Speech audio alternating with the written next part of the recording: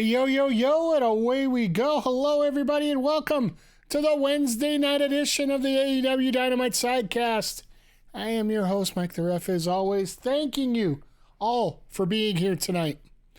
Whether you're checking it out live, whether you're checking it out on VOD, whether you're checking it out on the old YouTube page, which simulcast. And I'm starting to think with the new rules that come out about multicasting, I think there might be a possibility that I'm looking into maybe doing this sidecast both on YouTube and on Twitch as we move forward here. So stay tuned on that. If anything, I'd like to get something done by Full Gear, if not by World's End. But yeah, it's something I'm looking into and just want to see if it's feasible and want to make sure I get the logistics right and just want to make sure it's a quality content for you. So, and speaking of you, how are you all doing today? I hope you're doing great. It's been a little bit of a hectic day from me right in here in this position here. As you guys know, every month I do something different in terms of my goals going forward here. Usually we'll have a couple months where we have a sub goal. Then we have a follower goal some other months.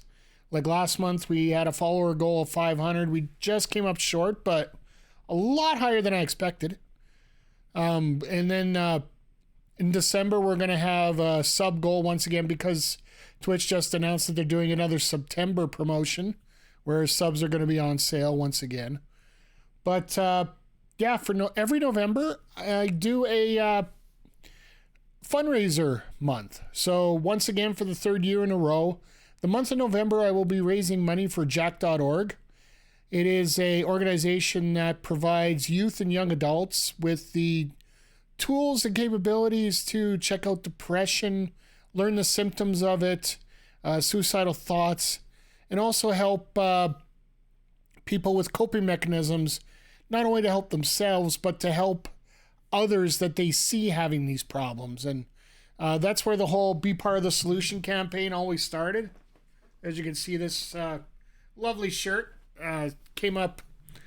started this 3 years ago. I'll be honest, it was part of the pandemic originally, but it just morphed into something a lot more important. And to me, this cause is very important to me for the fact that it's something I really wish I had growing up, because we've all had, if we haven't seen these problems in others, we've experienced them. And I'll be honest, I was one of those that was experiencing them, and I wish I would have had an organization like Jack here to help out. They go to universities, they go to high schools, they set up talks, they have online certificates you can take a look at and sign yourself up for.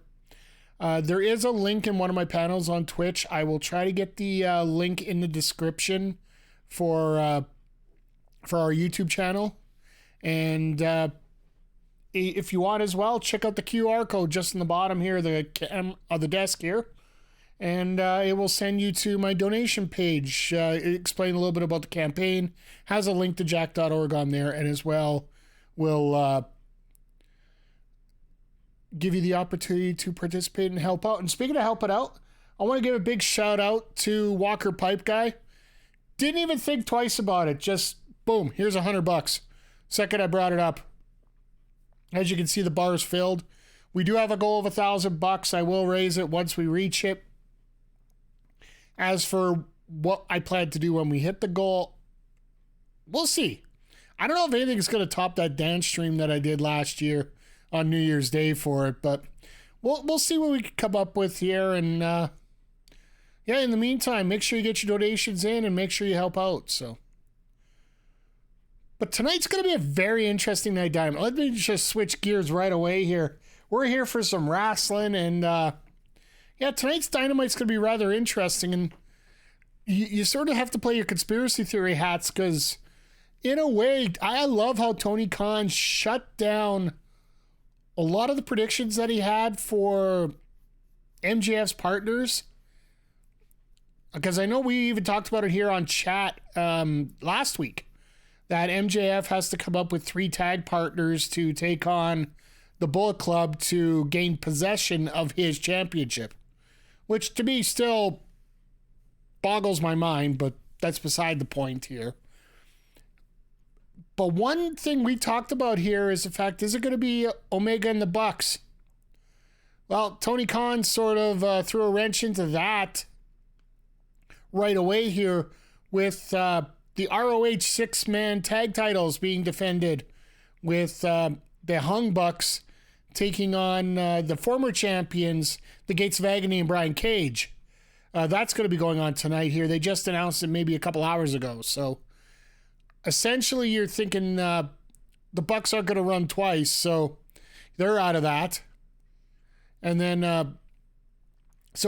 I got my ideas of who it could be, and it sort of relates to another piece of information that came down the pipe this week that Alexander Hammerstone got his release from MLW.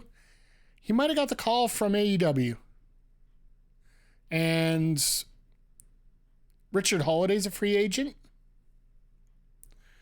Could they be putting that faction back together here tonight in MLW? Or in AEW. Hey, Melba, how you doing here tonight? Hope you're doing well. Everything's going great here. Just getting ready for some AEW Dynamite. We were just talking about how MJF needs 3 tag partners, and the team that we most likely picked, the Bucks, are already preoccupied now tonight with defending their ROH six-man tag titles. That's going to be interesting to see what happens. I got a feeling we might see some debuts tonight. And if my suspicion's right, Richard Holliday, Alexander Hammerstone, that could be better day today than yesterday. Yeah, it can get messy sometimes. Life can get messy. Some rough days, some good days, some other days. I know that it's a very trying month, and it's starting to become a very trying year for a lot of people here. So, and that just reminds me of the why it's so important that I'm doing the Jack.org campaign that is listed down there in the little blank and the QR code and all that. I went into a rant. I want to say rant, an explanation about it earlier.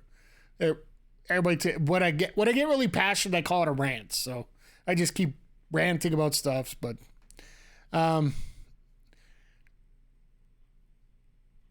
thank you, Walker, and thank you once again for that donation. I do appreciate it. Like I said, 3rd year in a row. I don't know what the goal is yet. We're going to figure out what the goal prize is going to be later. I don't know if we're going to do dancing again because we already did it. I don't want to spoil the fun of that. We'll come up with something, I'm sure. But big shout out to you, Walker, for all the fundraising that you do as we go along here. So what do you think of this Tony announcement? Let's see now. This is not a major announcement, but it could be a minor announcement. Could be. I got a feeling for the fact that it is November 1st. This very well could be the Max deal. Whenever an announcement is made at the beginning of a month, it always makes me think that there might be some kind of streaming deal or something to that effect, because a lot of these deals take place as of the 1st of the month.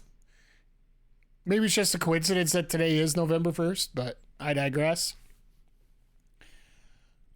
Could it be the possibility of an all-women show? Maybe. I'll tell you this right now. AEW is getting a ton of clicks right now, mainly because of that video that they put out earlier today. Like, Jesus.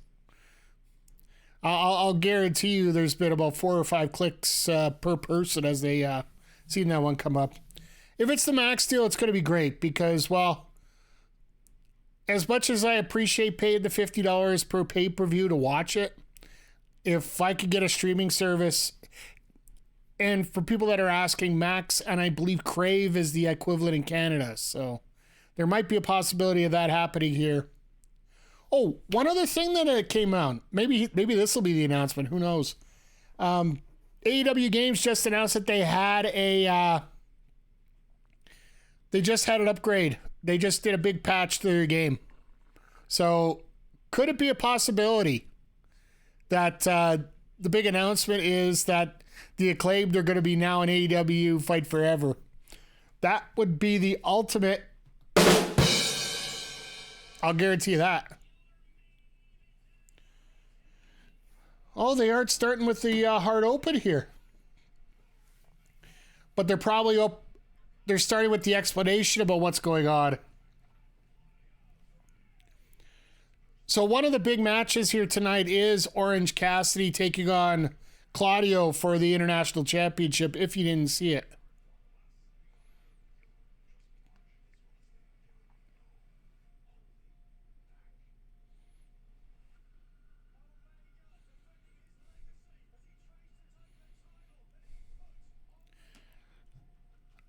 They're putting a lot of stuff. They're highlighting a lot of Collision and a lot of Rampage. There's a huge AAA match coming up Friday on Rampage, from what I've seen. Penta, Commander, and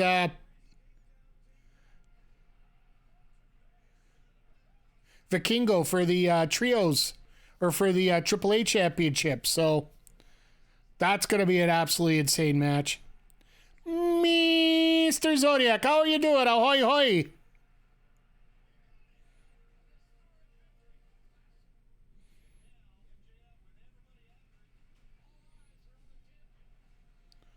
I love how, like, there's 6 people trying to go after Max right now. That's the way a champion should be. By the way, how is everybody tonight? Like, I know a lot of people just popped in here late.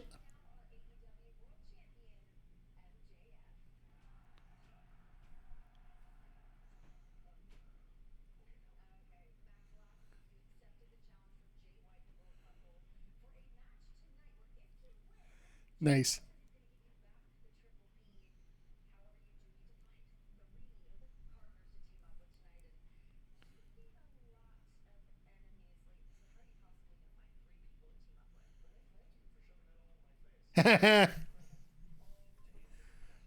Fired off at Renee. That's always great.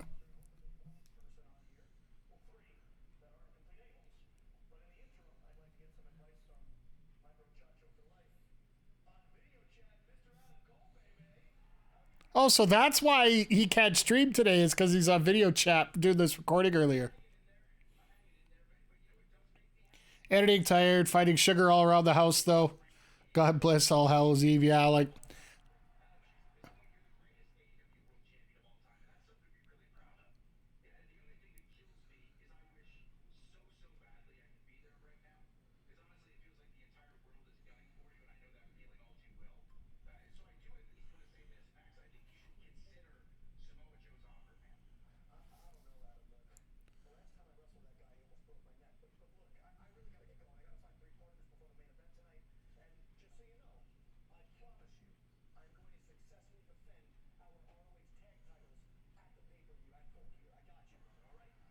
So he's got to face the Guns and then face.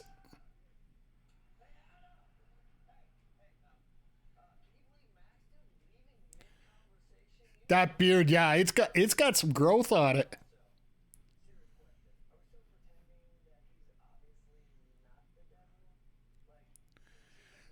Adam, click. Thank you. There we go. Why didn't he do it already? Ooh. The devil look, I like it. But would you agree, Mike, that if it's not the streaming deal, people won't care at all? The fans want. No, I won't. I know that I've learned something very important. A promoter's job is to promote. Everything they do is a big announcement. Everything they're supposed to describe, everything they're supposed to be better than everybody else. Look what's going back and forth here between WWE and AEW. I've seen it on a local level on so many that our promotion's the best. Our promotion's doing this. So I want to see what the damn announcement is before I'm going to chastise it. Are people going to be disappointed if it isn't something huge? Probably. Are they used to it? Probably. Is this going to be a good match tonight? Probably. And actually, you know what? Since we got everybody piling in here, let me get the poll going here.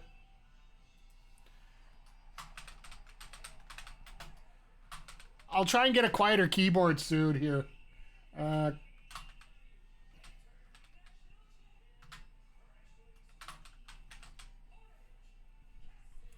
going to make it very simple. I'm not going to overtype it here. Let's get the prediction in. Go ahead. Predictions are up. Wonder who MJF's partners will be tonight. That's what we were talking about a little earlier here before everything started. I got a feeling that that announcement from MLW that Hammerstone has been released from his contract might lead a correlation to what's going on here tonight. So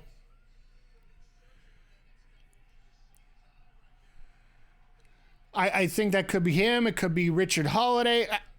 Could you imagine MLW having a working agreement with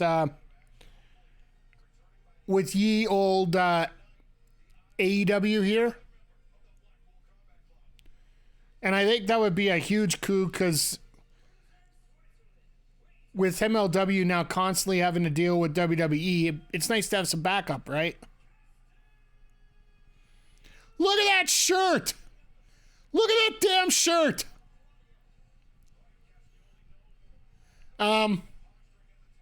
Hello? Pro Wrestling Tees? Do you have that shirt on sale? That might be part of the Full Gear / Black Friday sale that I pick up. Not that I need any more wrestling shirts. I got a ton of them already, but...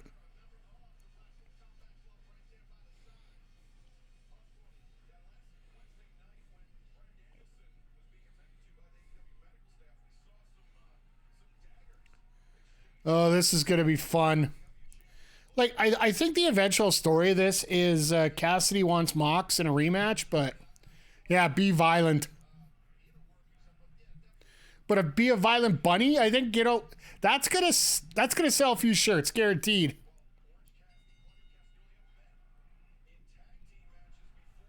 Yeah, Cassidy, I don't think the goof around gimmick's gonna help right now.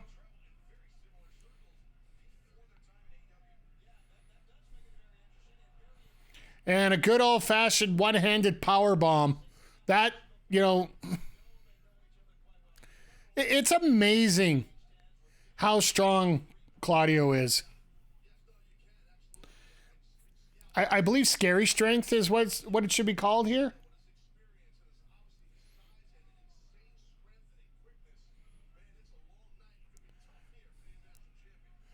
But I forgot to get the poll. I'm sorry, I've been a little scrambled today trying to get the chat.org fundraising stuff up on the channel here. Which match are you guys looking most forward to tonight? Are you looking forward to the 8-man tag? We got the Trios title on the line here between the Hung Bucks and the Gates of Agony, Brian Cage. We got this match. We got Shida taking on Willow Nightengale tonight, which should be an absolutely fantastic matchup.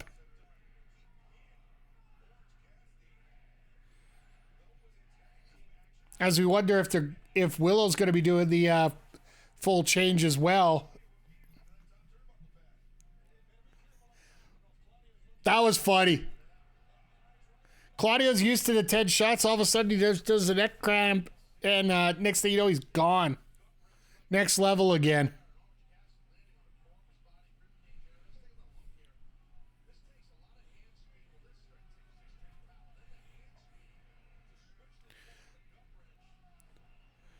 Like, what part of Orange's body is not going to be beaten up here? All right, you know what? We got some people that have some real stupid signs in the crowd. The guy says, "This is my sign," and then on the other side, it says, "Food is good."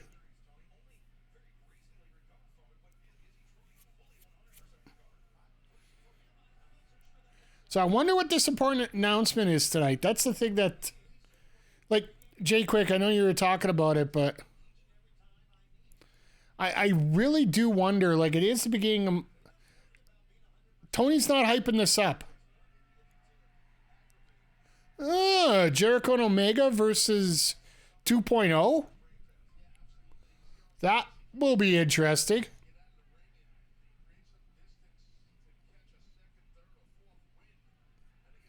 Looking at the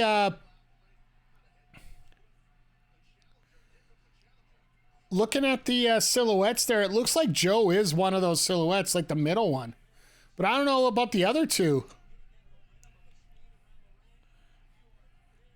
Because basically everybody that we would consider having a part of this is not going to be there.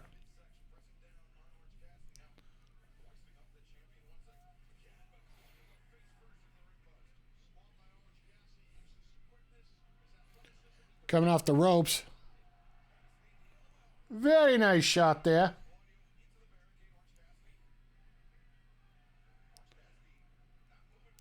And of course, block. You knew this was coming with Claudio. Throw over the crowd. What the hell? Well, he went for the spot where there were no seats. Or nobody sitting in the seats, sorry.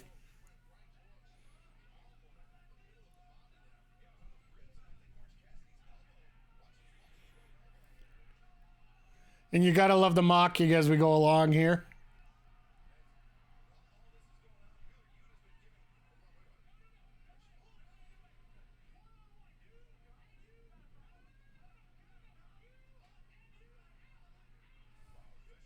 Ha!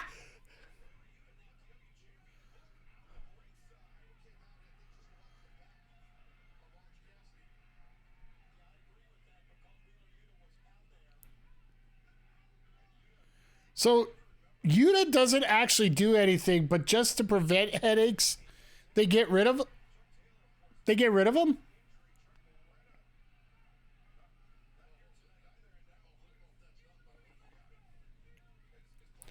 Yeah, so Chuck Taylor's hurt. Trent Beretta is down in New Japan, I do believe. Even though they are doing a U.S. tour right now. But it makes sense that he's there.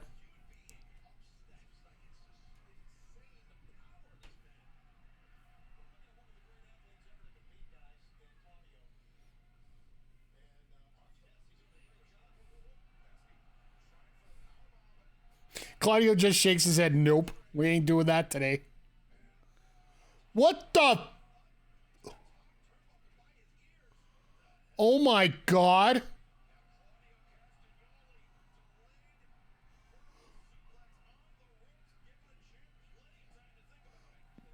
That power in Claudio. Holy crap.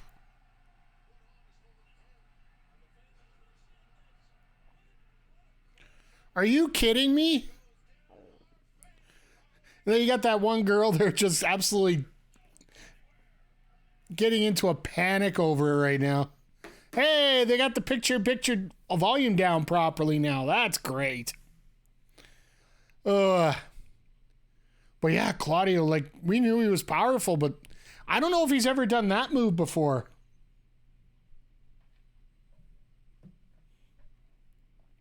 To be frank, I don't know if I've ever seen him actually pull somebody up through him and throw a suplex there. Sorry, I got a little piece of dirt in my eye or something. Ugh. But welcome, everybody. Good to see everybody here today. As we're getting into the picture with Claudio dominating Orange, which I think most of us expected this to happen, but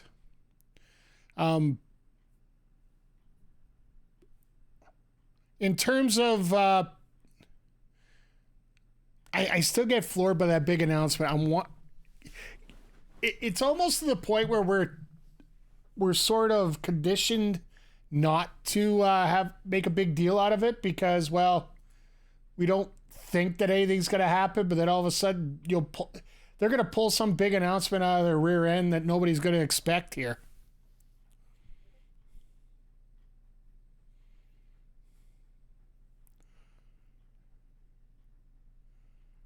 I just hope that they give the women the proper time tonight instead, and nothing gets cut up. But there is a Jericho match here, so that's the biggest thing I'm worried about with that.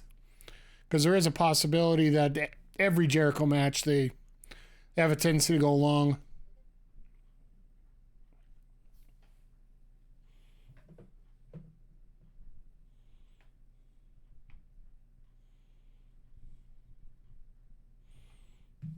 Sorry, just dealing with some quick messages.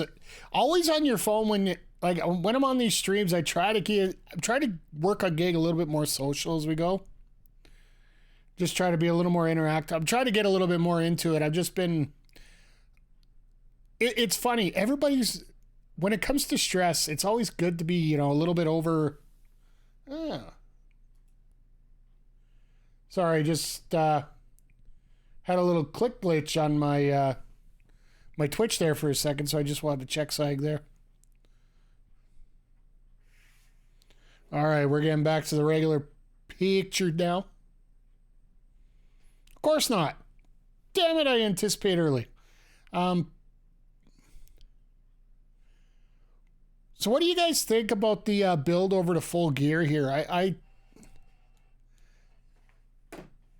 I think we're starting to ramp it up sufficiently here, but I honestly think Tony's going to wait until after this Saturday to really start pushing it a little bit more. Like, I'm sorry, after they officially announced Bash in Berlin, nobody's going to tell me otherwise that AEW or WWE isn't trying to screw with AEW and vice versa. Because, well, frankly, that's the same weekend as All Out in Chicago, for one. And number two, it is 6 days away from All In London. And that's the one big downfall of AEW having fixed place, fixed time pay-per-views like they have been. So if you really got the money, it's going to be great to have you as part of a road trip to do both, right? Like, I would love to see the point where they actually get a chance to do both here.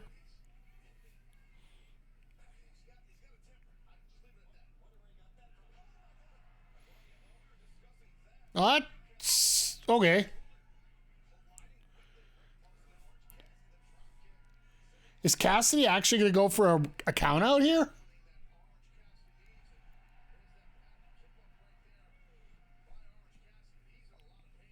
Oh, I forgot it's Remsburg. You can count to... He'll get to about 6. Oh, there's the DDT. It's amazing. Last time he wasn't able to get the DDT off. Now he does. So it is a nice little piece of story progression here as we go along.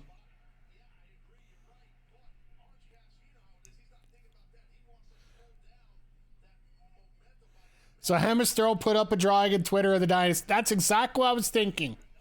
But who's the third man? Like, there's Richard Holiday, there's Hammerstone, there's MJF. Who's the fourth one? Because I'll admit, Bobby Munson in our local establishment, he's the king of the MLW. So, Joe? I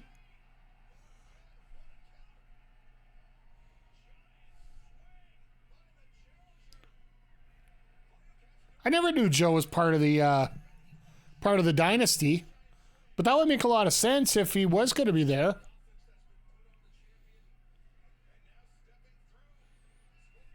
But to have them pop in, that would be an absolute coup here. Because Hammerstone is exactly a Vince guy. I know Vince isn't in charge, but you know what I mean. Hell, in MLW... But no, Antonio will be someone else. We could get some magic here. I'll tell you this, at least Hammerstone brought up some buzz for himself by doing one little tweet like that. I appreciate when I see stuff like that because at least somebody's trying to put an effort in.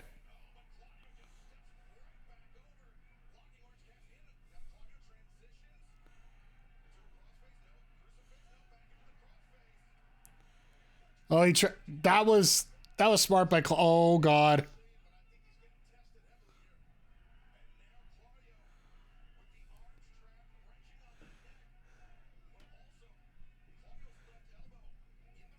That eye looks... Hammerstone is a powerhouse. Yeah, like, he was literally playing the Hulk Hogan gimmick without all the racism in MLW. Like, He is what Hulk Hogan should have been in a proper society. Granted, I know it was a different time, blah, blah, blah. I get it. That's just a fact, but Hammerstone is, well, he's also a hell of an athlete too. Like, if you wanna develop a meat division like they were talking about, you throw Hammerstone in there just for, giggles. Could you imagine a Hammerstone versus Powerhouse Hobbs? Hammerstone versus Miro? Hammerstone is a combination of Luger and Hogan.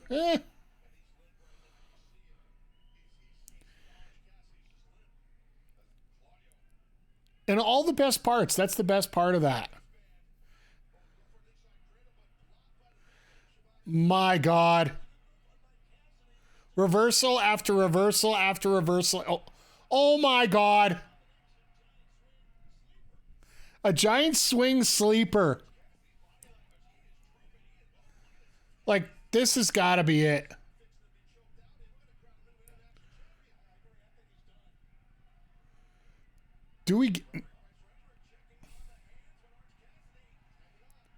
He's going to put his hands in his pockets, isn't he? Like, is that how you Hulk up? Oh, God. What a... Claudio is cooking absolute... Claudio's showing himself off every chance he can, right?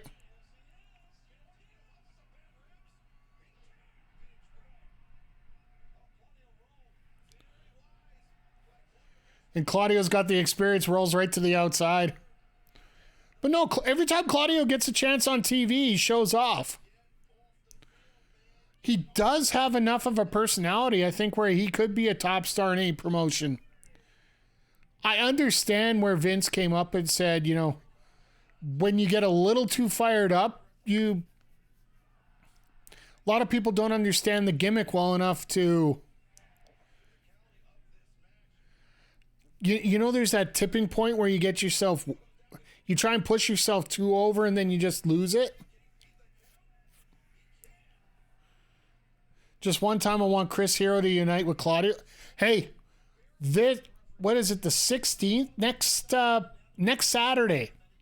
Out in San Francisco, Chris Hero makes his return to the ring as he takes on Timothy Thatcher for West Coast Pro, I do believe. I saw the promo set up for that and everything, and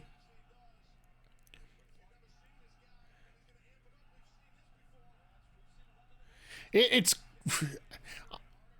I'm going to have to see if there's a possibility to see that online, but...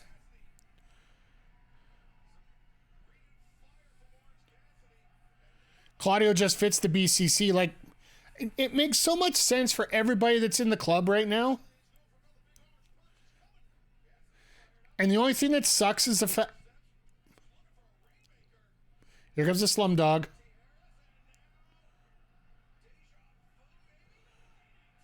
Whoa, okay.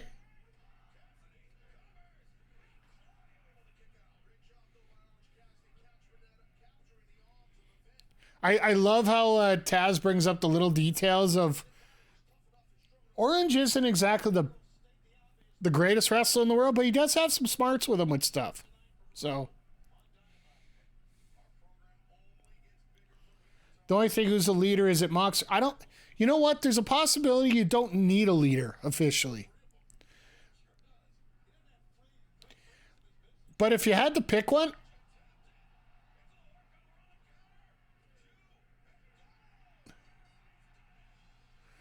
he didn't even have a shoulder down on the first count. But you know what? We'll take it. You had to know that was going to happen.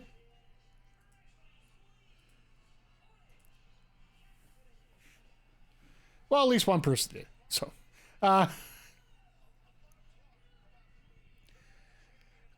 I will say this. Danielson probably is more so the leader for the fact that he's going to be on that part-time schedule coming up, and there's a possibility he could retire. Claudio's making a good argument to be the leader of the BCC. I think so. Like, that's the thing. When you're such an elite level, I don't think you can have Claudio as a leader because, well, frankly, while he's definitely a decent orator, he is not that talker that they need.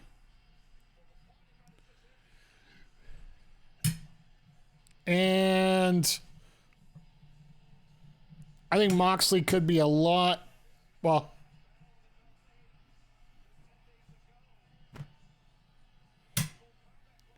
Moxley's going to make the challenge for Full Gear for the rematch. Either that or he's going to knock Claudio out.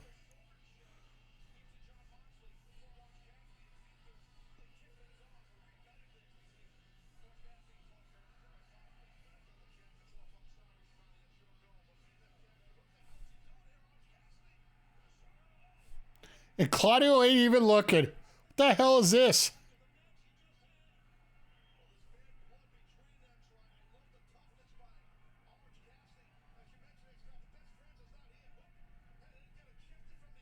Does Claudio stop it?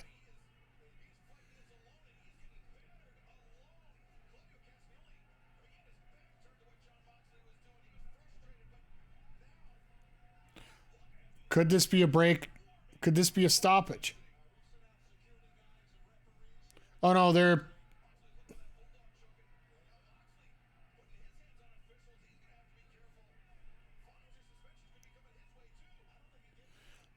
Claudio just dumping one of them out of the ring like nothing. Bet she's going to do the other one.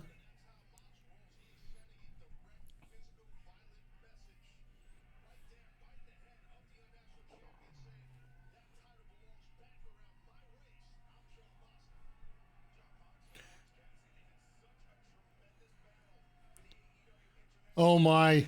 Did Cassidy honestly get under Moxley's head that much?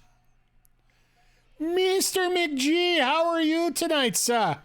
Hope you're doing well.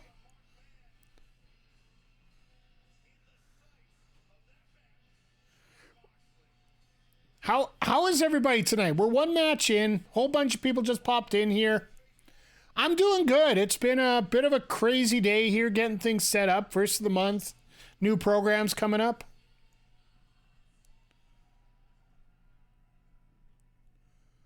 He's going to go try and talk to Omega. Omega's got a match already tonight.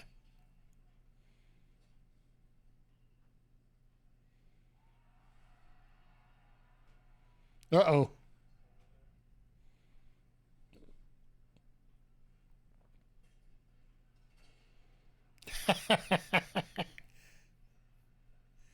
Well, that ends that thought.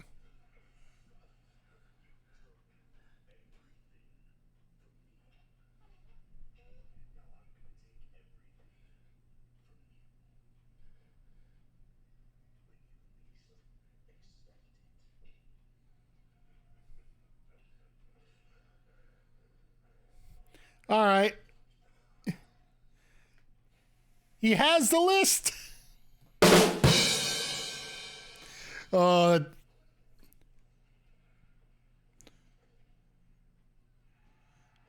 oh God, here comes the Acclaim.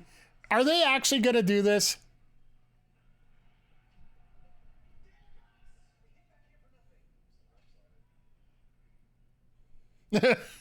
Billy is so disgusted about this whole thing. So,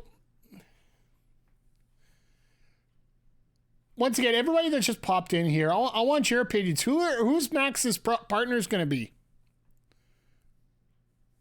Because I think we came to the consensus earlier that it's probably going to be Hammerstone, Holiday, and Joe. Renewing an old MLW faction here in AEW. So, could you imagine, based on this, at the end of the show, MJF actually showing a face of fear with Wardlow? That's good. Yeah, like, it also goes back to the story of way back when MJF was with Wardlow, as Wardlow was the henchman for MJF. Anytime Wardlow did anything really angry, MJF would take a step back. And yeah, it makes absolute perfect sense, and I completely agree with it. And just the fact that I don't know if you guys saw, I think it was Rolling Stone today or one of the entertainment magazines just put out an article about MJF being the one person with the highest potential for acting in Hollywood. Like, I don't know. He's only made one film so far, from what I know. And that was part of the Von Erich story that's supposed to be coming out here, the Von Erich biopic or whatever. But between the dance routine with Chris Jericho, that went well perfectly. His character, like, say what you will about MJF, about being the champion, being scum, all that. I would have to say, in terms of being an actor, as part of a entertainer who could play so many different scripts at so many different times, I would have to say right now that MJF might be the best one cross company. Like, not just AEW. I'm talking Rock level. Well, there's your movie comparison, The Rock. He's got Rock levels of charisma in a different way. But I think at this time right now, MJF, without a shadow of a doubt, is the best entertainer across all of wrestling, sports, entertainment, whatnot. There's great acts, but somebody who is capable of playing all different levels of the spectrum, I do feel that MJF has to be considered the best right now. Yes, I understand the Shield 1, 2, 3 is part of the wrestling landscape, but MJF can play so many different parts. I think it's the biggest difference.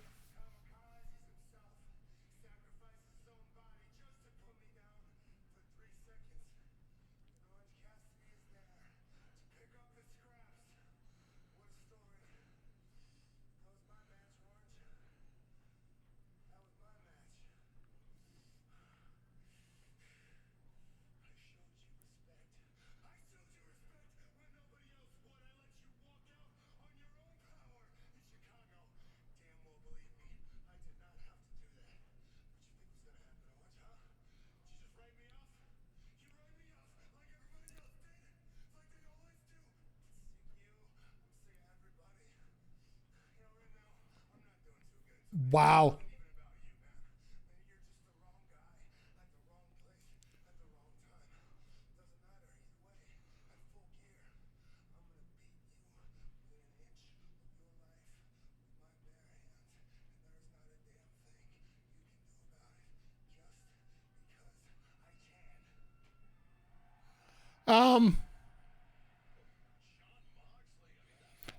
Did Jon Moxley just hear me and just decide that, I'm full of it, so, let's just switch this around? Yeah, I think he's angry.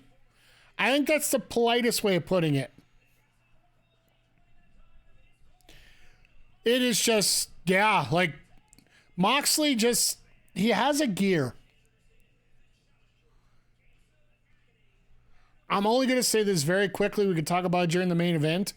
But the reason I still pick MJF over Mox is MJF can pick out different characters. I understand that Moxley can be a comedian and come out with a Mountie outfit, but MJF don't need anything to get himself into a different groove here. Now, this match tonight, right here, this six-man ROH tag title match, which I got to get the prediction up for. Sorry, guys. And girls.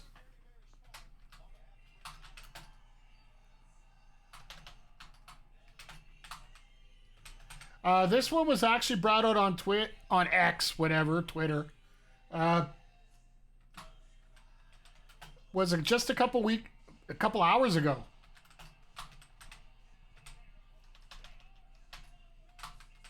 And I honestly feel that there might be a change here. Just because, have you ever seen the Bucks on the new ROH? I haven't. Exeter. I'm not getting suckered into this, Zodiac. I'm not going to say that. It might feel like you're a part of that when you're in it, but I'm not going to get suckered into that. Nice try. A+. One of these days, I'm just going to absolutely forget and just switch it over. But... And I've always thought as a referee, why don't you hold those titles properly? The middle title should be held in the middle by your top of your hands, so you have like a gate there of all three titles. That's when it looks cool.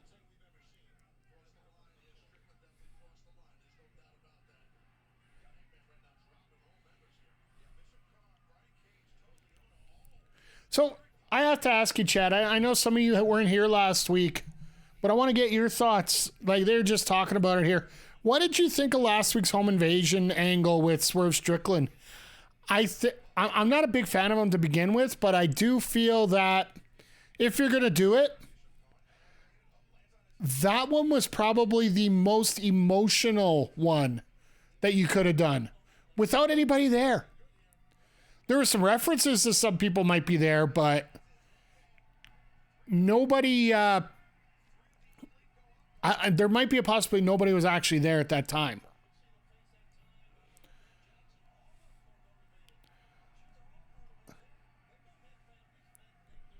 Didn't like it, but it was one of the best I ever seen. I think that's the way I am too.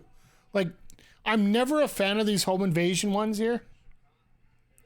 Didn't mind it, but I can see why some... Exactly. Like, I think we're all in the same boat. Like, one thing about AEW, and that hasn't changed... They aren't afraid to push the envelope. And that's one of the biggest differences I find with them and the Fed, which is, you know, some of the stuff that we see here with AEW could be hot trash.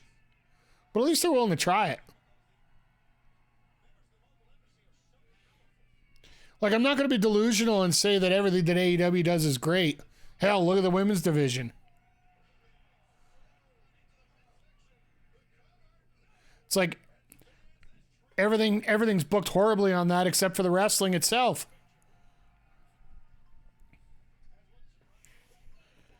All right, back to the picture-in-picture, which they almost got timed perfectly there. Throw it against the wall and see if it sticks. Yeah, like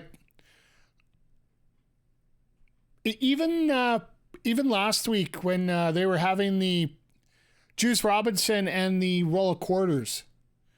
Because I know a lot of people felt very uncomfortable with it based on world situations right now and what's going on in Israel and whatnot. But MJF turned that around real quick. Just explained that he's going to be a part of it was part of an anti-Jew rally or anti-Jewish slander rally held at Gillette Stadium by Robert Kraft on the Thursday after. So it made a lot of sense why he did it.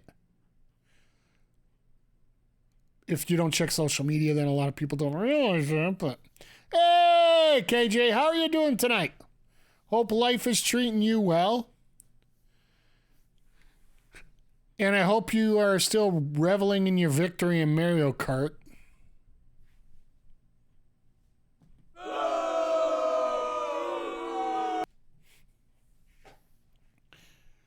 Look at the Switch game collection back. Yeah, well... that's the Switch collection. I do have the Xbox collection directly behind me, and it's 5 shelves full, but I am getting it up a fair bit here, so. Social media is a giant dumpster fire right now, yeah. Discord is the only social media I like, yeah. Well, I do and I don't in many ways, because I do find that... The only reason I'm not a big fan of Discord, and it's sort of my fault too, is the fact that I haven't been able to go through and sort out a whole bunch of them that I didn't want to, that I don't want to get notifications from, because I don't know if you guys can hear it on my phone as it's coming across, but all those little click sounds are pretty much, I'd say a good half of them are Discord notifications. With the new iPhone 17 update, we don't get the same sounds we did before. Since then, I've lost some others, so short victory part. Yeah, but the victory over me. people gloat about that forever. Sort of like what Rick Jules is. Big side note here and a big segue. For those that want to help out raise some funds and not necessarily just the Jack.org campaign that you can see down below here. This Friday, I'm going to be on Rick Jules' stream. He's going to be going 24 hours from 2 p.m. Friday Mountain to 2 p.m. Saturday. And he's going to a wedding after, like... You idiot! I'm sorry, I'm calling that right now, but... So he's running 2 to 2. I'm going to be on there from 8 till 10 p.m. Mountain. So that's 10 p.m. to midnight Eastern. Going to be playing Guilty Gear Strive with him. So going to get a little fighting action in. Too many servers on Discord, feel bad for not being active in all of them, but mentally not possible. Yeah. Like, I know I've been having some problems. I try to get in when I can and get as many contacts in as I possible, but...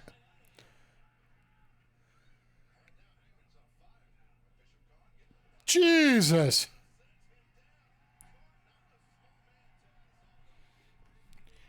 Hangman has got so much potential here. Like, they could do so much with him, but then they gave him that title reign that a lot of people didn't worry about.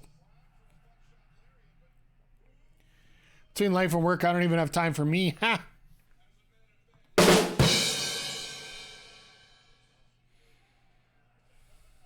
Well, you see what Hangman did? He made the tag to Matt and just pieced out here.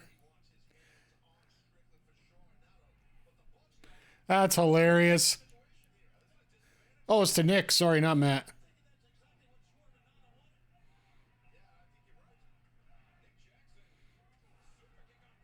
So, if I was a booker right now, and I want to ask you guys, frankly, for Swerve running and Swerve going to other places and whatnot, would you be interested in having Hangman and Swerve go into a cage match? For me, that seems like the only logical explanation here. And this is why Claudio doesn't do this suplex anymore. Because I do believe Brian Cage was the first one to do that. I call it a Cesaroplex still, so. That deadlift suplex off the ropes.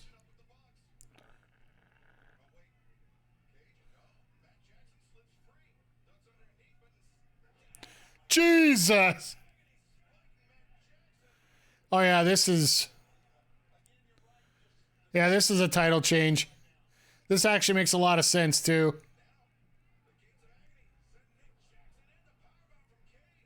That wasn't even a powerbomb, that was just a drop. All right, that's it.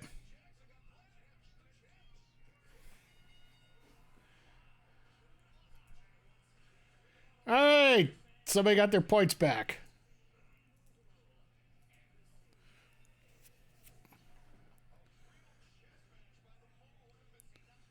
This makes a lot of sense. This title change, it makes you almost wonder why they gave the belts to the Bucks and Hangman in the first place, honestly. You can tell how important those belts are when they're going directly down to that.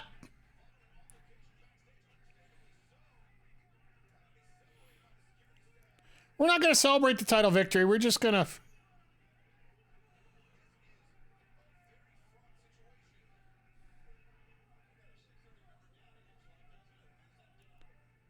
Is that a security member down, or is that...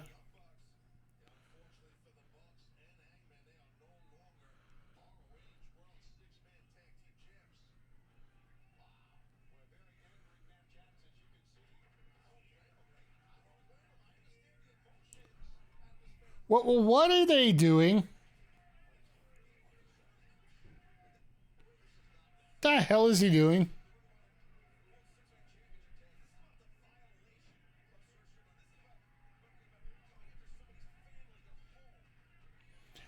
Yeah, Excalibur brings up a great point, except for one problem here.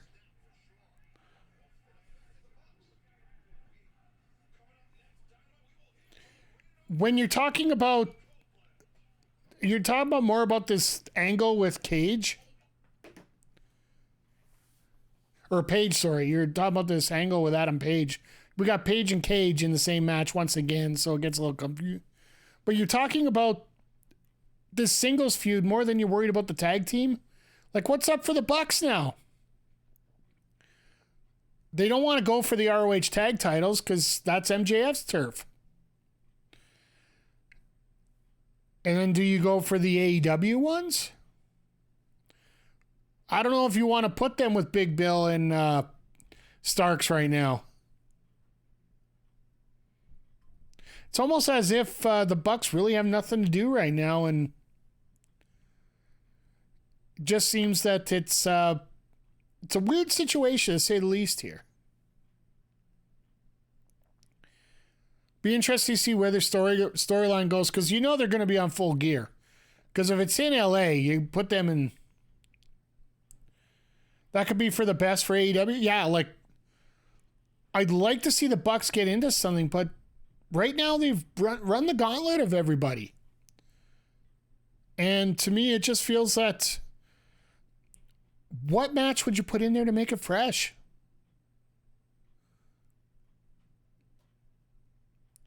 And realistically, the tag team was always Omega and the Bucks, not Hangman and the Bucks. At least here, when you're talking about you'll fight them?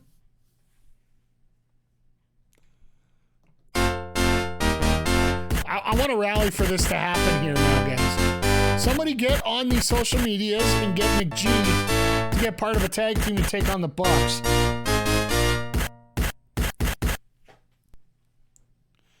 Better question is, what is fresh now in wrestling? That's a very good question, KJ. I think we're going to have to wait till the main event here because I think there might be something exciting going on. And we were talking about it earlier here tonight. Freshly Squeezed is actually something that's fresh. Took me a little time, but I got the joke. Thank you, McG. I appreciate that. It took me getting a full sentence out to get that joke. I'm working on my improv skills a little bit here, folks. Give me a break here. It's been a while since I've been in front of a wrestling mic, so when you've spent years in front of a wrestling mic and you see things going on, you have a tendency to think on the fly a little better and come up with these quips. Since I've been getting over here, while it's there, it just hasn't been there as much, but it's coming around. It's slowly coming around. I'm a little rusty, just a little bit. Thought we were going to hear from Adam Copeland.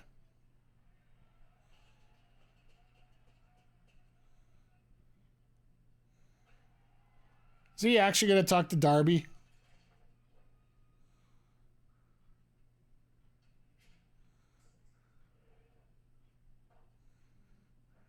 Oh, you had to switch to the right hand.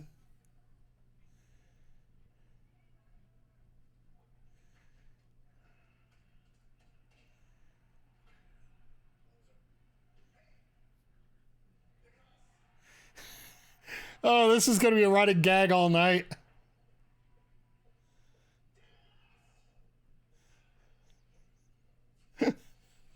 How many times are we going to see that tonight? Oh, so they're doing an in-ring with Copeland again.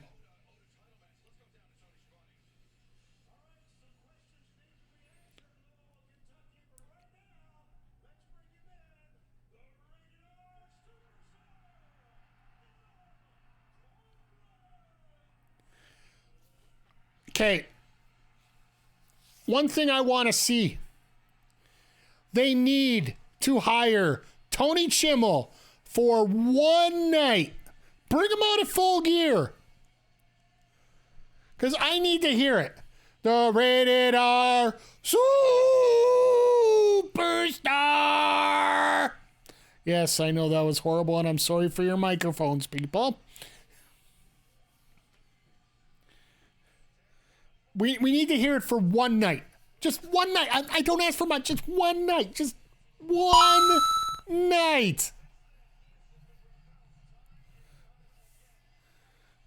I don't know. Maybe you guys don't feel the same way, but for me, like growing up as a kid, that's the thing you want. You want that rated R superstar. You know, just have that voice crack in there. Just couldn't hit superstar. Nice. I love how Copeland's like, no. Shivodi, shut up. Let this go. Let this go.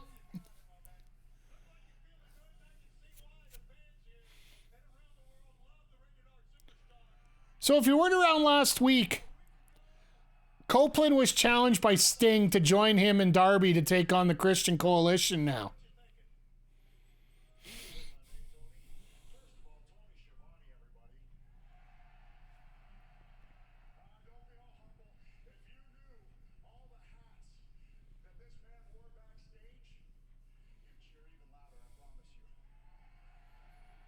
Yay!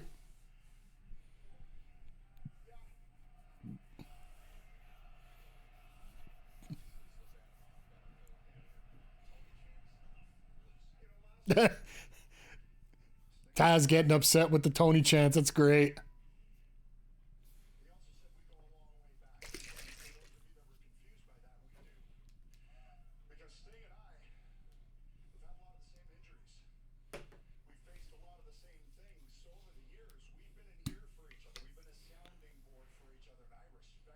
Uh-huh.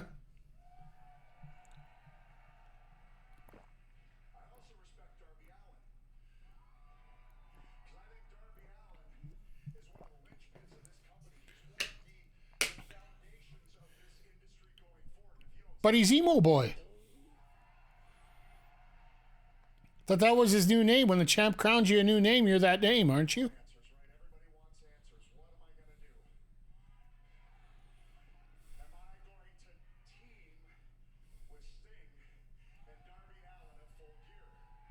No, he won't. Here he comes. Mr. CLB himself. That name will never change with me.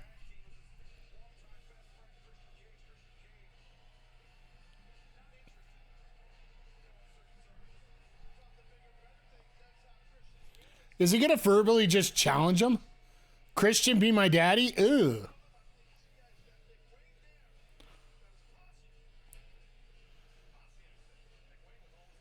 Nick Wayne, I know he's young and whatnot, but he just looks like a prick.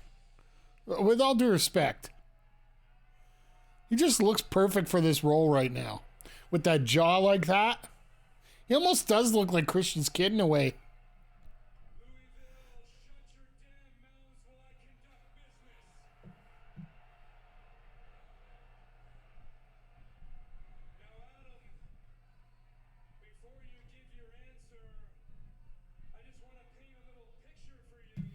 Okay.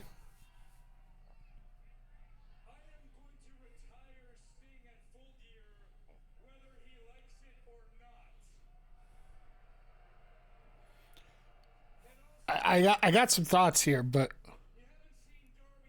fun fact: Luchasaurus is on the they do mention that he was on Big Brother many times here during the matches, and yeah, I didn't get a chance to watch it because I was watching other things, and but he was also in he was in NXT for a little while. I don't think he got out of the training stage.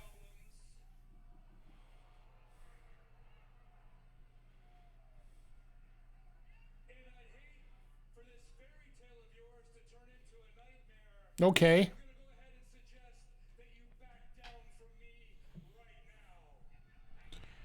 Is he even standing up to him? I thought it was just...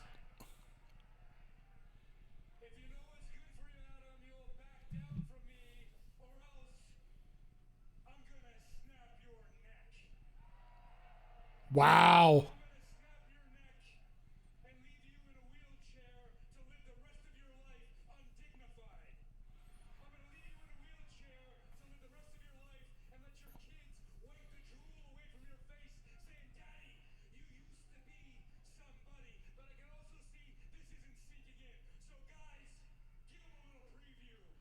So there's no contact between to Copeland and Christian. I keep using the egg word.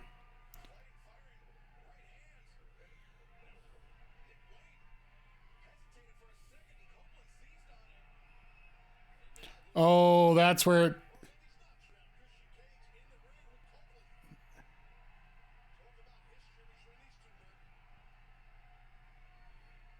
Yeah, here's where the distraction comes in. Yep.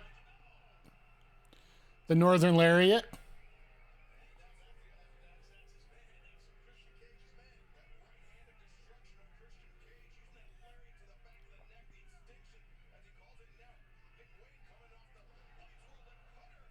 The Cody Cutter. Now they're going to do the Concerto? I got to feel Sting and Emo Kid are going to come out right away.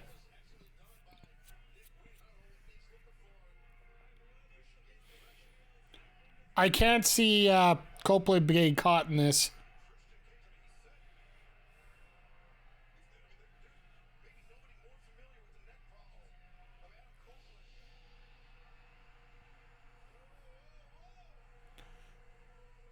See, if I was a heel, here's the one thing that confuses me.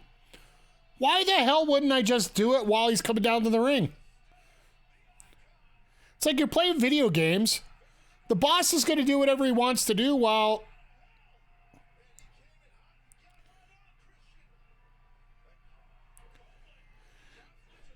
Oh, and here come... They're going to hit Darby with a spear this time. Darby's going to get hit with a spear. It's going to happen.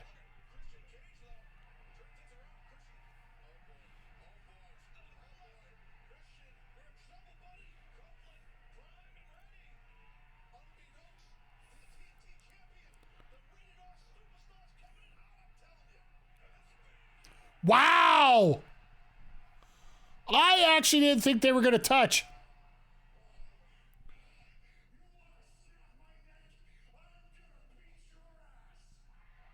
All right, well, we got our tag match.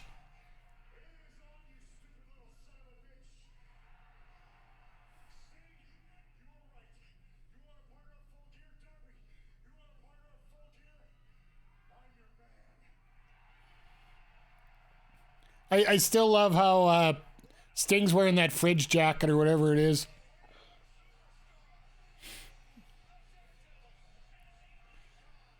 So, hear me out, chat, and just spitball it here.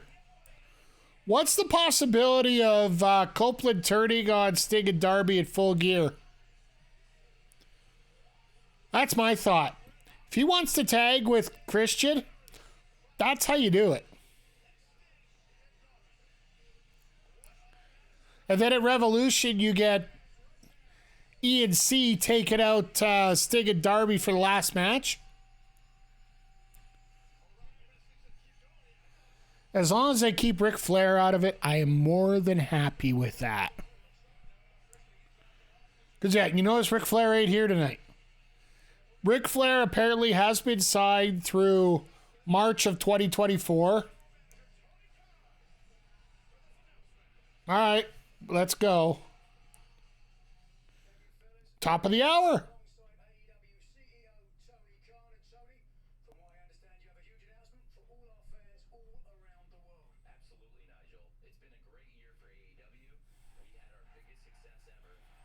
They're still pushing the 80,135. 81,035, sorry. But too soon? Yeah, maybe. But when you're dealing with retiring people,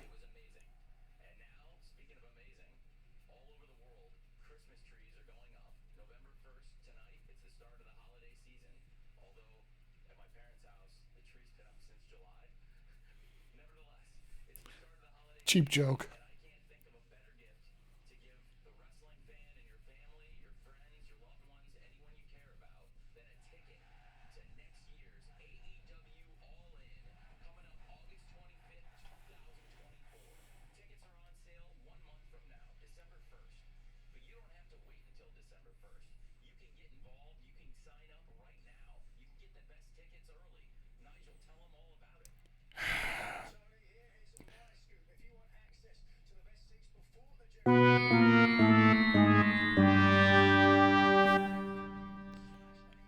Is that the way we put it?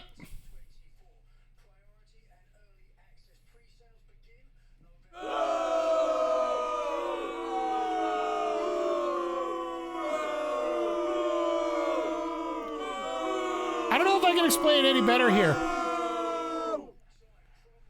Like I said, I wanted to go in somewhat positive about this. Even if it was just like a pay-per-view. If it was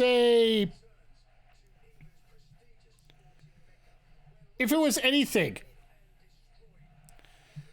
I will say this, and I will say this again for those that weren't here for the pre-show, because we talked about a lot about this early on. Promoters are there to promote. Promoters are there to promote. That's the number one thing. Everything they mention is a big announcement. Everything, like, I'm seeing on my X feed, as we call it, or maybe call it Exeter feed. Sorry, Zodiac, I'll clarify myself there. We have guys turn around and say, big match announcement coming out at X time. And you look at it and you're like, all right, good match, nothing spectacular, but okay. But for every promoter, it's a big announcement. Big deal. Big everything. I think you have to go into all of these now with low expectations, coming out at X time. And I can tell these promos went long because 2.0 didn't even get their full entrance there before they... Oh. It's so disappointing even my mic decided to drop. I think I might have to get a new holder for that.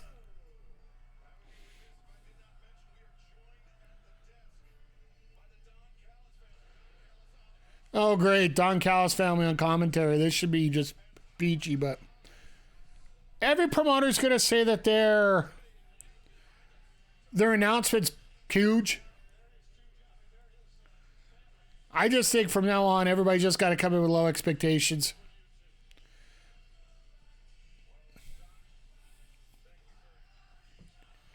If Tony Khan would have made this announcement based on...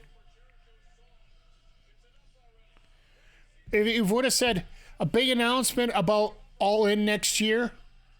I think we could have understood that a little better.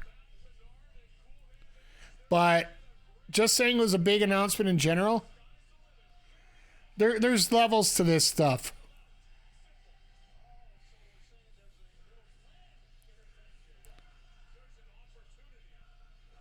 And I'm not going to say anything about Jericho stealing my couch fabric to make his jacket tonight.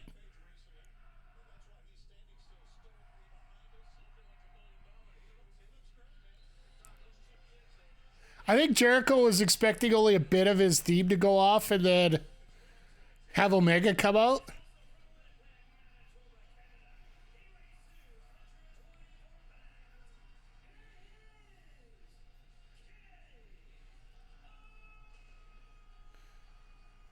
Justin Roberts has to get it right. It's can he bag out, Omega? Bag out!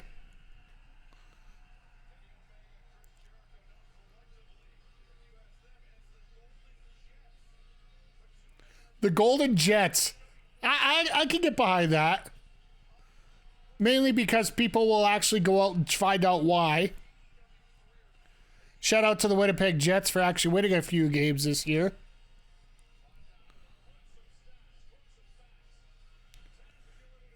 I don't like talking too much NHL because frankly,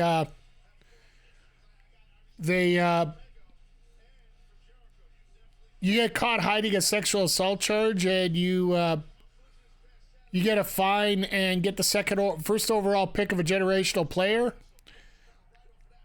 You get caught gambling on other teams, other sports, and you get 42 games. A 42-game suspension. You get caught being a dumbass and you get a first-round draft pick deducted from you. Standards.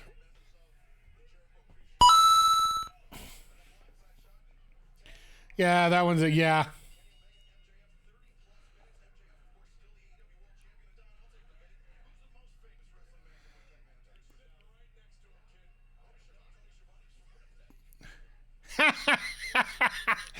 Excalibur gets Callis big time there. Who's the most famous wrestler from Winnipeg, Manitoba, Canada? Well, you're sitting right next to him. Tony Schiavone? I like that. I like that one. But it's been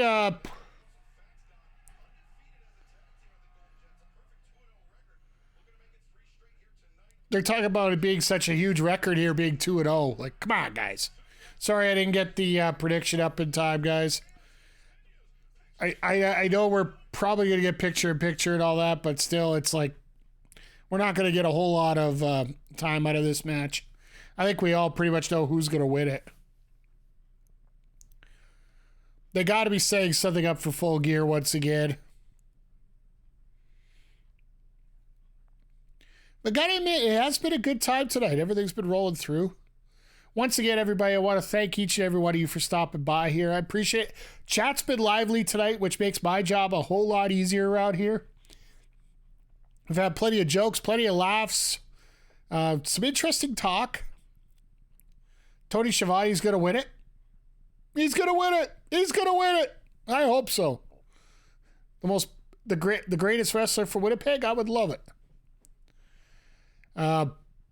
And also, I just want to remind you, for the month of November, you see that little bar above the scoreboard there. I am raising money for Jack.org for youth and young adults suicide prevention. And they go to schools and help schools, universities set up talks to help people identify the causes, the symptoms, and provide coping mechanisms for depression, anxiety, and suicidal tendencies. So Be Part of the Solution is back with a new campaign. And if you're interested in learning more about it, the QR code is on the screen. If you're on Twitch right now, you can check out the panel down below. And our goal is to get to $1,000. I haven't decided what, if any of you in the chat have an idea of what you want me to do for a goal incentive, please feel free to let me know. I do have right a few first refusal of no matter what. But I don't know if we're going to top the dance stream we did last year, like I said. But if no obligation whatsoever, but always grateful if you could help out. So. And that's my cheap plugging for the moment here. So I'll probably do one more at the end of the show here. So that dance stream was, you know what? It was lightning in a bottle. I will say that. Like, I'm not afraid to embarrass myself. I'm an Oilers fan. I'm used to that for years. But I don't know if we could top that. Like, don't get me wrong. We could probably do another one if that's the goal, but I don't know if that'll really help. But I'll tell you this. After we did the dance stream last year, I was sore for probably 2 days after that. So, and now that I'm a year older and long COVID's kicked in a little bit, I am working on that. I'll know a little bit more next week about what's going on.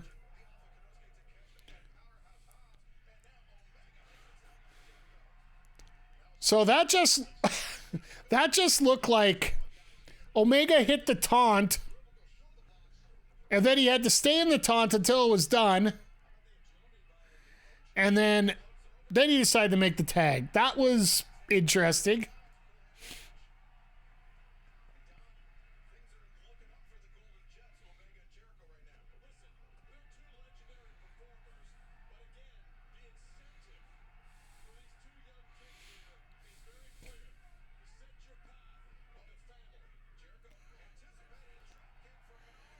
Do they honestly expect the 2.0 to join the Callis family? I don't see that happening anytime soon.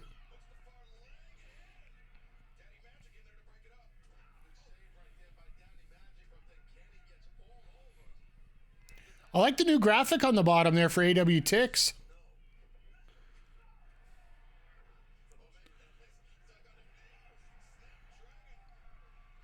But it's going to be interesting to see what... so, AEW is returning to Montreal in December here, and they got maybe 2,000 seats sold so far. I wonder what they're going to be able to do to improve that.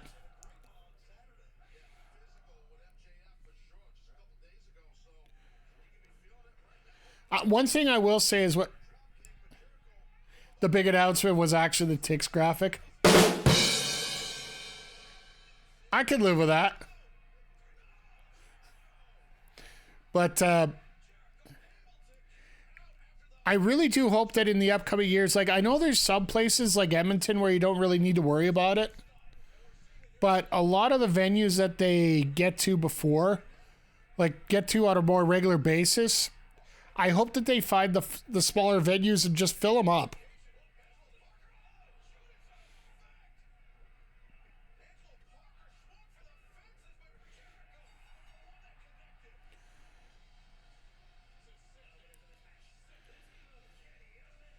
What is that side of the crowd? Dog Callis eats corn?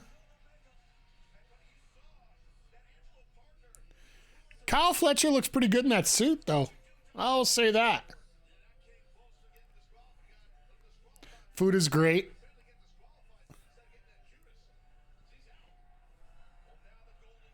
Let's just hope this doesn't take too long, okay?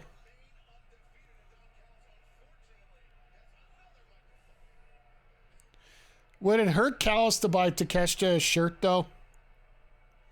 I know most of the ladies are enjoying it, but... Well, I guess Powerhouse Hobbs is the same way, you know.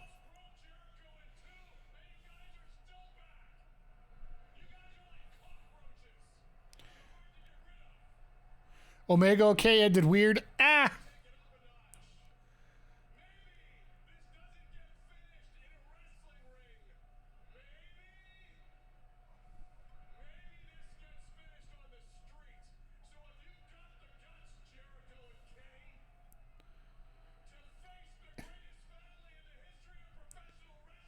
I think a lot of endings for Omega are weird lately.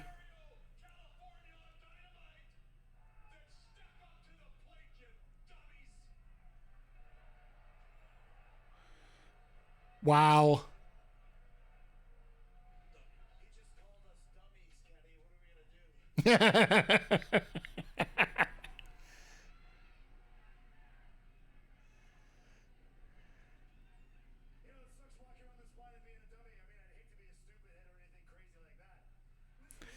Ha! Throwing out a WWE reference there. Stupid head.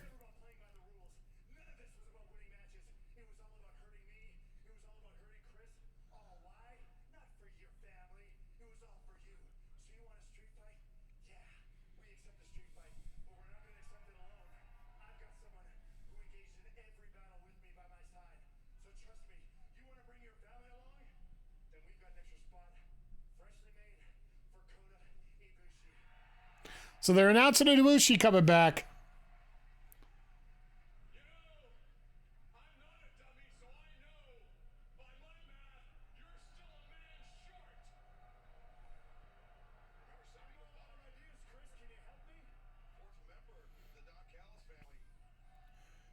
So Jericho's got a fam.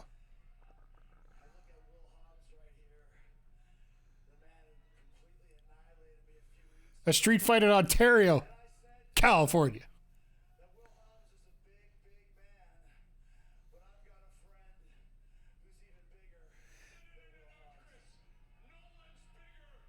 Well, there's no more BS.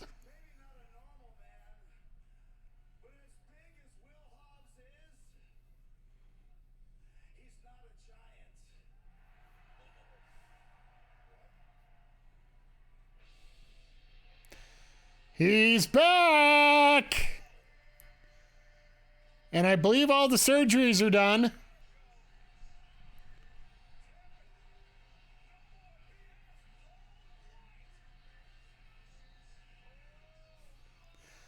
Look at that face.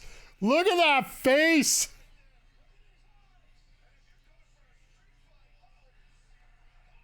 Well, Fletcher's limp.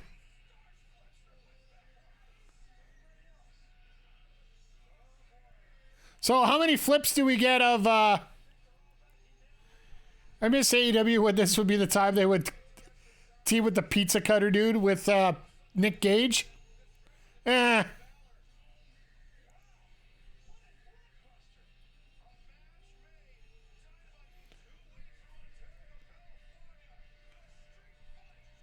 weeks from now. Okay, so we're going to be looking at the 15th. That's going to be the go-home show for Full Gear.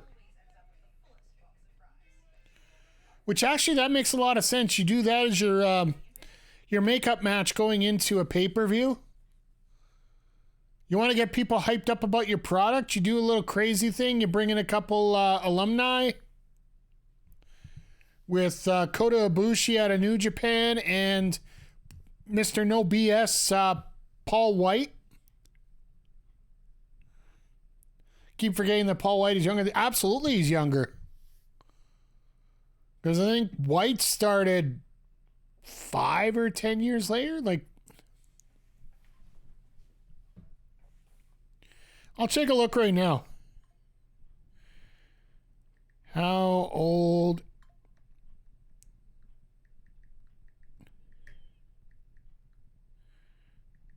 How old is Paul White?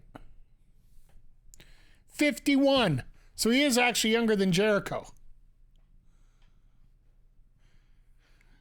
So yeah, it's hard to believe, and yeah, like sort of like the same way that MVP is one of the younger guys on the WWE roster. Same way.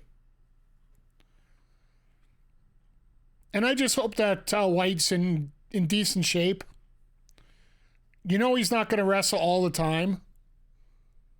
But that's sort of what AEW is doing right now. They're giving everybody the Roman Reigns, Logan Paul schedule right now, where you only have to wrestle X number of matches a year. The only difference is White's there all the time for support and training and teaching and coaching and agenting and all that. Yeah, he didn't look bad for a big man. Like I said, he's had some injuries and he's had times to clean up. And yeah, the fact that he's 51. Here's the thing as well. As you're going through the card tonight, you've had 2.0. You've had Orange Cassidy here in a match. You've had Gates of Agony in there. You have Brian Cage in there. Everybody's going to compare this to WCW. At least they're bringing in guys and putting them in spots that actually matter. Like Orange Cassidy, I think would be one of the biggest examples outside of MJF right now. The fact that Orange Cassidy has main evented one of the main 4 pay-per-views with a championship that is not the top championship in the company. Like, to me, that's huge. Like, the only pay-per-view that has been main evented by the top championship in the company. Well, we also have Wrestle Dream. I guess I should, shut my mouth on that one, but.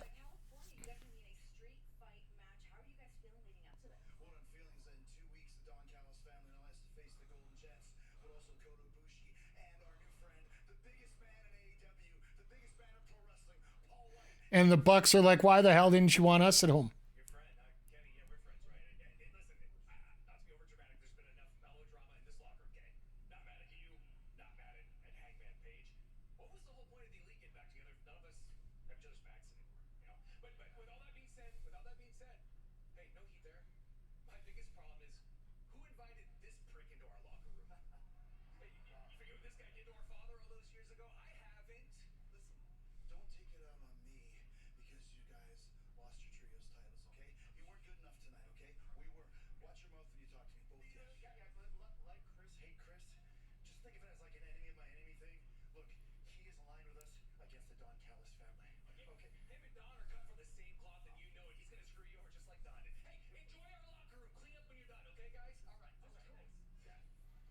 All right, more infighting. And Renee just trying not to laugh at Jericho throwing the bottle there. All right, let's see level of infection on Willow. Oh, it's gone. We really need Ribicani out here to... Ribicani and Coleman doing the rap for this.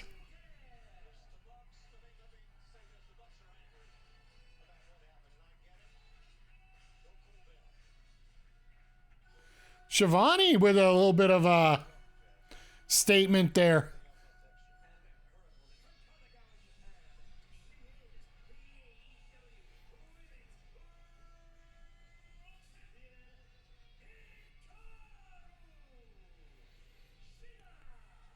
All right, it's gonna be nice to see it's gonna be nice to see this matchup. I know that ever since Shida's won the title, she's been the one out here every week defending it.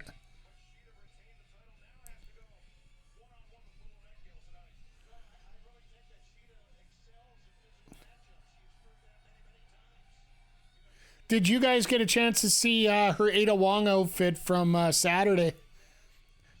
I love the fact that so many people are confused about it, but us wrestling video game fans pretty much bang on right away exactly what it was going to be.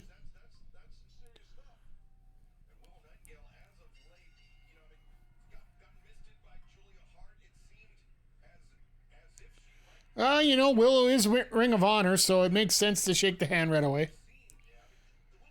All right. Wrestling sign etiquette 101. Get your sign out there and get it away and don't worry about it. That food is great sign only needs to be out there once, maybe twice, maybe once an hour. But after that, freaking rip it up and throw it away. Oh my God, they mentioned John Cena on AEW TV. Somebody write it up. There's going to be a signing. Cena's going to be signed to AEW. That you saw it right here.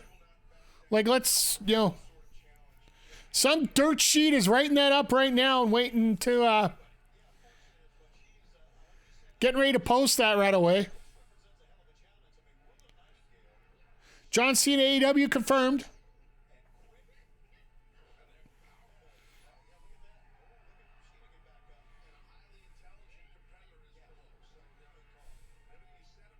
Oh, come on. You're supposed to keep up twice.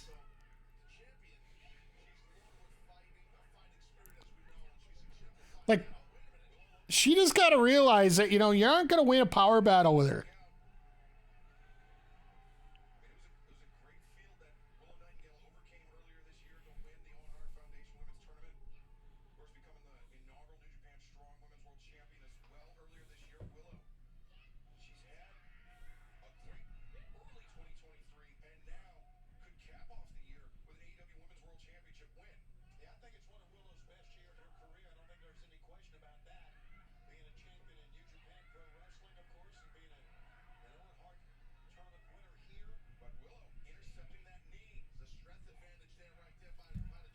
Sorry, just heard some interesting news here. So,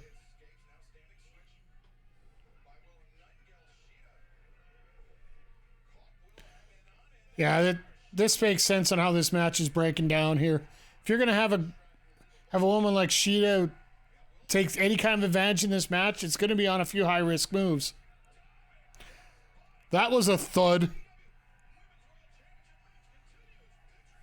All right, picture once again. Kudos to production staff. They haven't screwed up royally yet tonight. Main event's coming, though, so we'll see.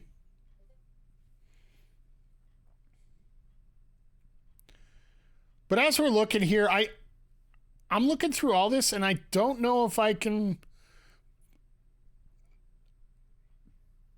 point my finger to anybody being a part of that main event outside of the new coalition coming up here.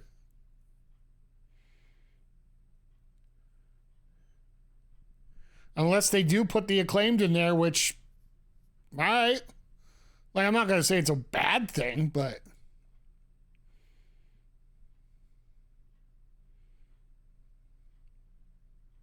Unless he decides to go it alone. Could this be tonight that whoever comes out to the corner could be 3 people in black suits, like the ones that attacked Jay White in the back, like literally have the same guys out there again, and the Devil Mask just shows up randomly there. How's Dynamite been tonight? It's been decent. I'll say this. It hasn't been... There's been some letdowns. There's been some great matches. Claudio and Orange, of course, as you would expect, was a great match. We had... just a quick recap as we're going here.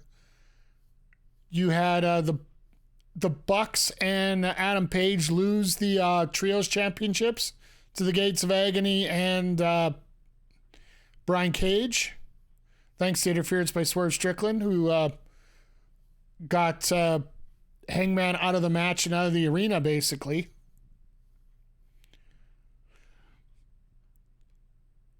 The Golden Jets and Kenny Omega and Chris Jericho beat 2.0.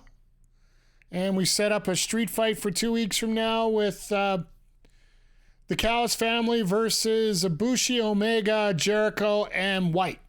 Paul White's making his return. He made his return tonight. Right now, we got Hikaru Shida taking on Willow Nightengale with the AEW Women's Championship on the line here.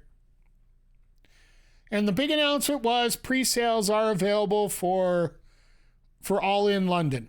Or to get yourself on the reserve list for the pre-sales December 1st is available. I think that's Tony Khan's worst announcement yet.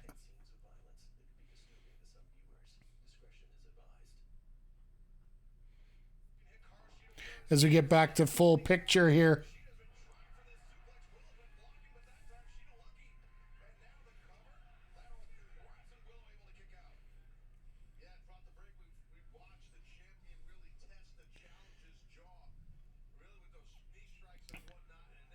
Super exciting announcement. Could have just been a tweet. It's what we were saying. And they're just announcing the...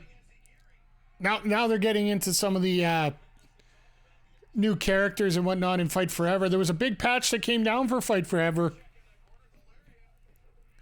Supposed to increase your creative wrestler options. Actually have your tag teams show up as tag teams. Might be worth checking out once they get all the patches done up. And they were teasing that they're finally going to get the Acclaimed in the game.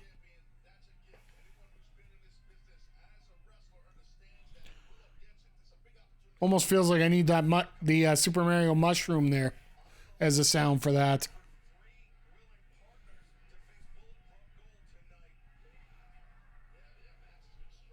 Yeah, I seriously looking at those three different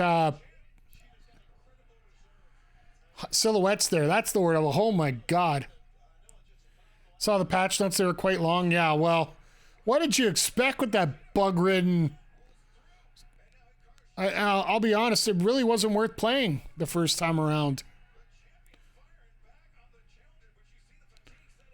And I will double down on that, saying that the NBA 2K, that WNBA format that we just went through, ran through the similar scenario as Road to Elite, and it still just... It disappointed me that there's such a disparity between the WNBA and the NBA in terms of what they put out into it in terms of product.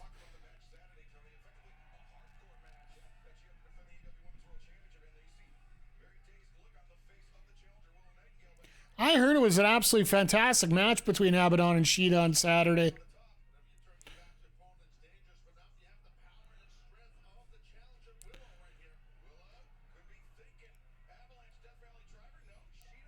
That would have been rough. It was? Oh, cool.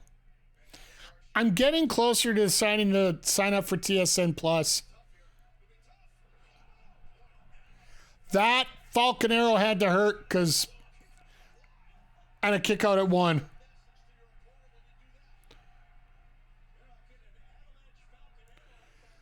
It looked like Shida's knee hit the back of... you watched it other ways, yeah. I've said it before, I'll say it again. As a content creator and somebody who was in wrestling production, I still have wrestling videos to get out, by the way, but I try to avoid as much as possible those other ways. No way.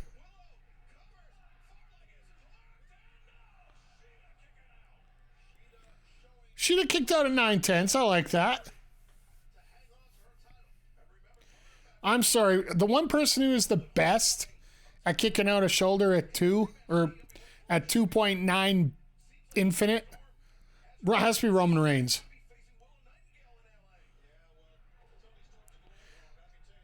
As long as the count is consistent, Roman will kick out as very late as possible.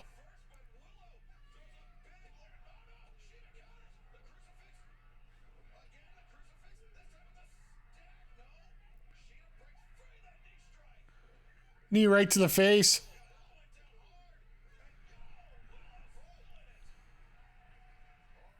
That looked rough. That knee to the jaw looked rough.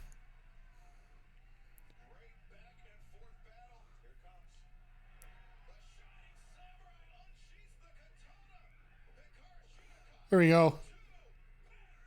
And 3. I paid Bell already a ton of money, and TSN is owned by Bell. They can't give me access to all their content. They give me balls up. Give me that one.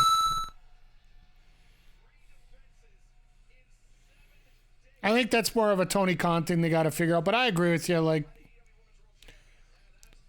for example, our local radio or sports radio station for TSN got shut down. I'll be frank, I really haven't. Left-handed handshake.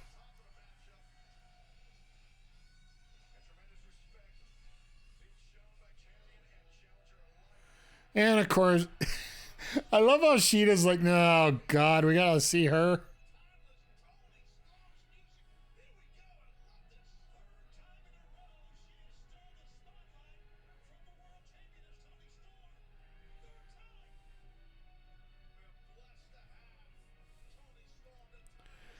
This is the greatest Tony Storm character. You know what? That's great.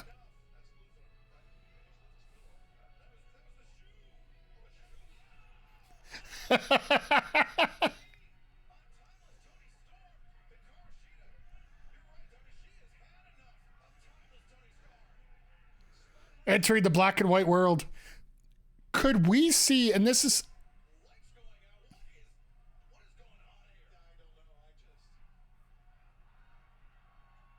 When the lights go outside... Uh-oh.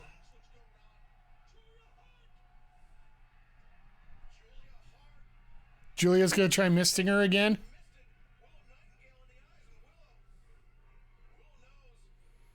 Please tell me they're just reigniting this feud again.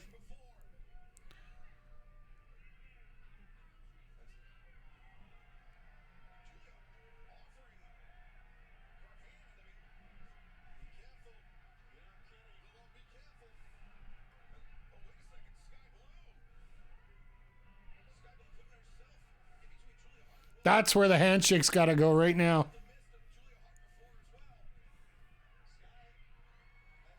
Ooh.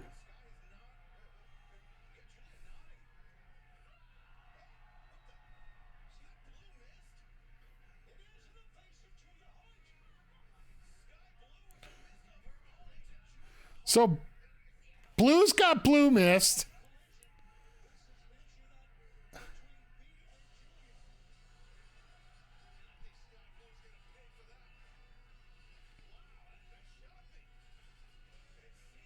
So, was this all ruse all along here?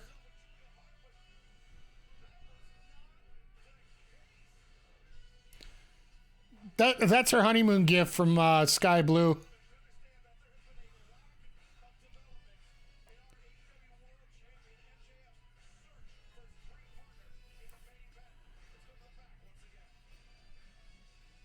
So Sky didn't turn on Willow.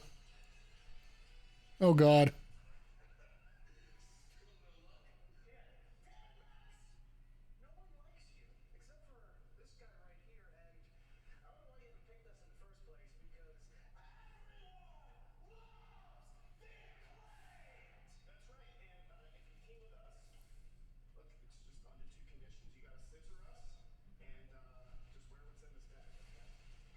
Oh, God.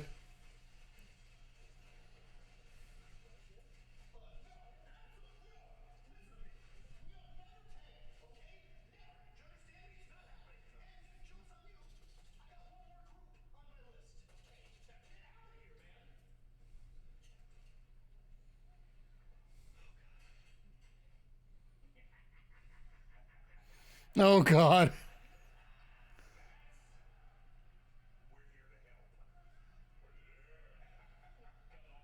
Oh, please don't. Please, no.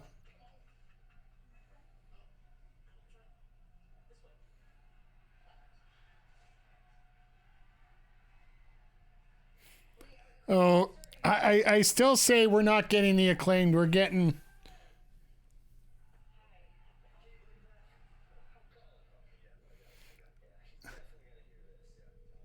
Oh, God.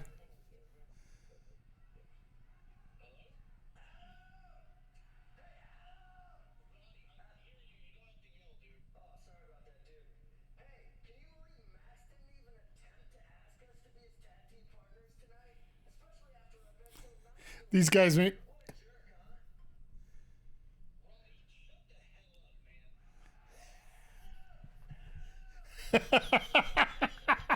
That I love. It's like, figure it out. You're just not... Oh, that's hilarious. Just... Roddy has found his comedic touch that I don't think we've seen. We never got a chance to see it before. He never got a chance to let his personality out. Well, hell, not since his days back in TNA. And yes, I'm going to use that moniker again because it is back. 2 months away from TNA being rebranded as TNA. And I'm so in favor of that. Right over just back there, I have a DVD case there. All 100 of the original TNA NWA weekly pay-per-views. I paid the $10 a week to watch them. Yes, I am one of those guys. And be damned if I wasn't going to PVR all of them so I could have the collection to myself. I know they're on the streaming service now, but no, those are... That's more of a statement to me. The fact that I have those available here, so. But as we're finally going to catch up with tradition here, the last hard break before the main event here, I just go over what we're doing here the next week here. Tomorrow I'll be around about 1 o'clock Mountain Time with Super Mario Brothers Wonder. We were playing it a little bit yesterday. We will get back to old Tanuki Mario. And I don't wear this all the time now because whenever somebody says one size fits all, I call bull. Because, yeah, it definitely is not one size fits all. But then Friday, I'm actually not going to be on stream. I'm going to be on Quest for Jules' stream. He's going to be raising money for the Stollery Children's Hospital here in Edmonton with Extra Life. He's running a 24-hour stream, and I'm going to be a part of it between 8 p.m. Mountain and 10 p.m. Mountain. So that's 10 Eastern to midnight. We're going to be playing a little Guilty Gear Strive. So stop by, enjoy the fighting games, and check out and see if you can donate if you can. I'll be back on Saturday, probably around 8 o'clock. Maybe it's a little bit of a TBA there. And then I won't be back on until Wednesday next week. I got to take a second hiatus 3 weeks after the first hiatus.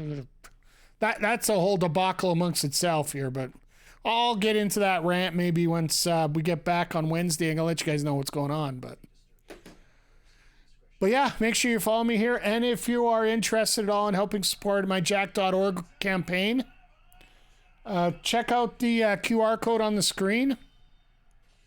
Or if you're on Twitch right now, you can check it in the About panel there.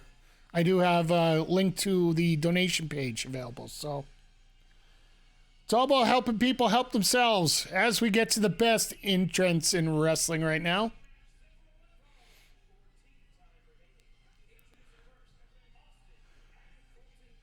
And once again, we were talking about just throwing things against the wall and seeing how they react. This has got to be one of the clearest examples of that.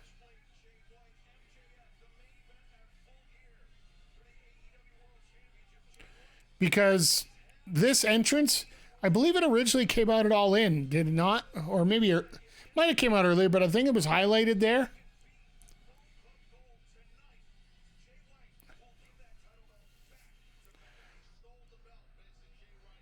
I'm still trying to figure out, how possession is 9/10 of the law and the other 10th is theft. This one point that will not go away from me here. And once again on the pre-show, he's taking on the Guns.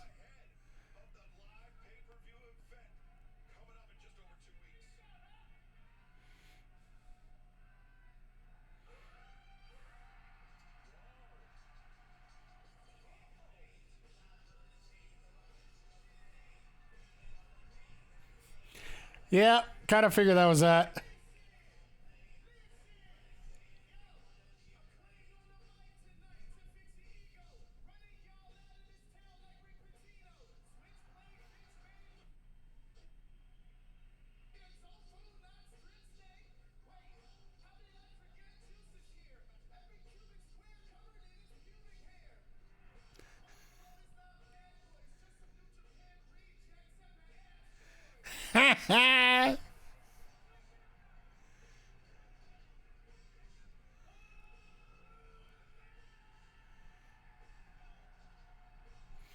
Oh, that's nice.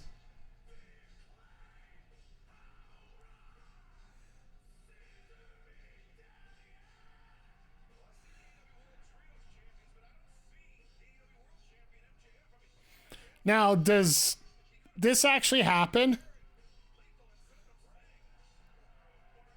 Or do they get sent to the back?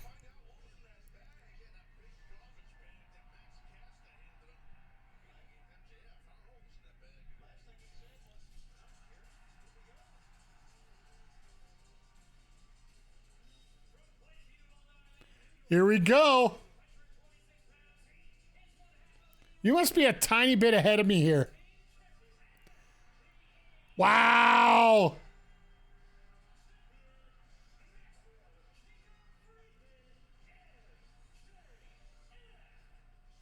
All right. You know what? That gear doesn't look half bad. Bret Hart will be impressed. You know what sucks? The fact that they're advertising the December pay-per-view for MJF's hometown almost makes me feel like they're... Almost feels like they're giving away the ending to the main event. Vacuums.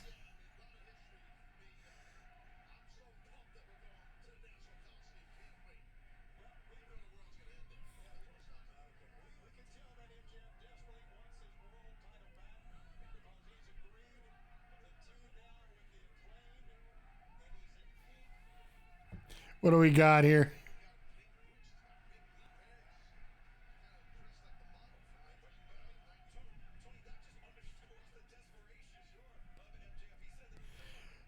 Denise Salcedo is so amazing on the old X machine.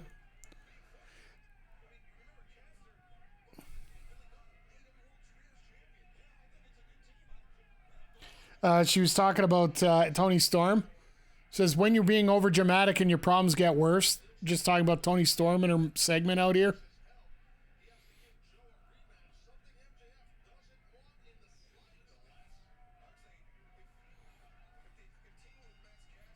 Gotta love when Cassidy gives a little smack on the bum to start.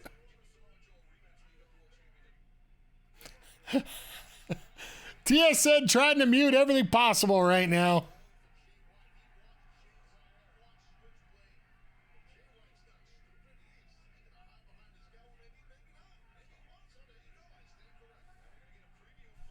Oh, here comes a tag.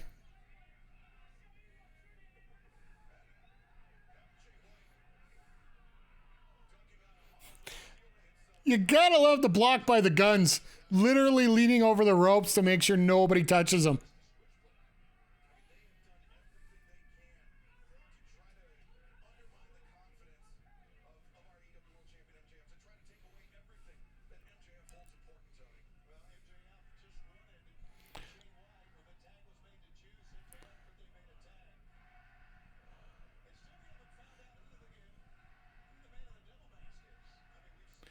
Yeah, I take back what I said about a Switchblade MJF a few weeks ago. Jay White has killed it getting this over. Yeah. That's a good question. Is Danhausen the guy in the devil mask? You know, the devil made him do it. Maybe.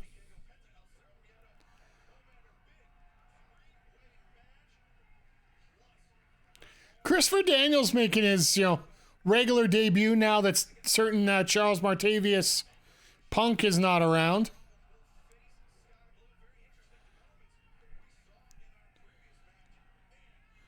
I love the fact. I love the fact that they. Let's pop back here. The Devil Mask. I still say that original one. I don't think it's going to be the person they reveal. Oh God, 69 days champion. Great. So, I personally feel that they don't even know who the person in the Devil Mask is yet. I really think they don't. Like, I really do hope in some ways that it could be a guy like Mustafa Ali or whatever his name is now.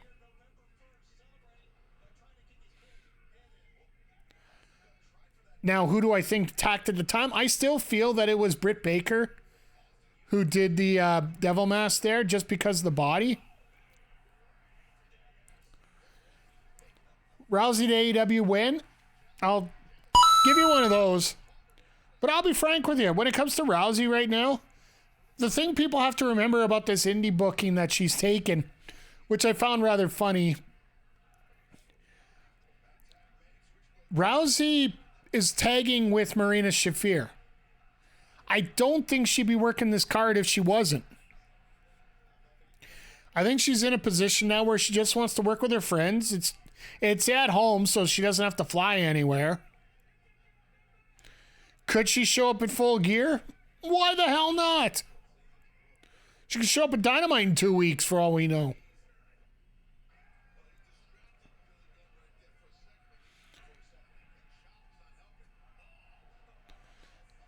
Jesus. Billy Gunn just absolutely ripped apart. Oh, here we go.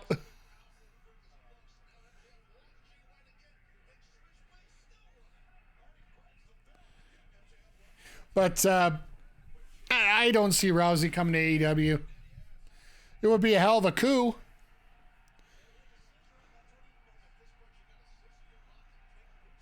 All right, it's part of the deal. Just do it. We'll do it after the match, huh? Or are they going to walk out right now?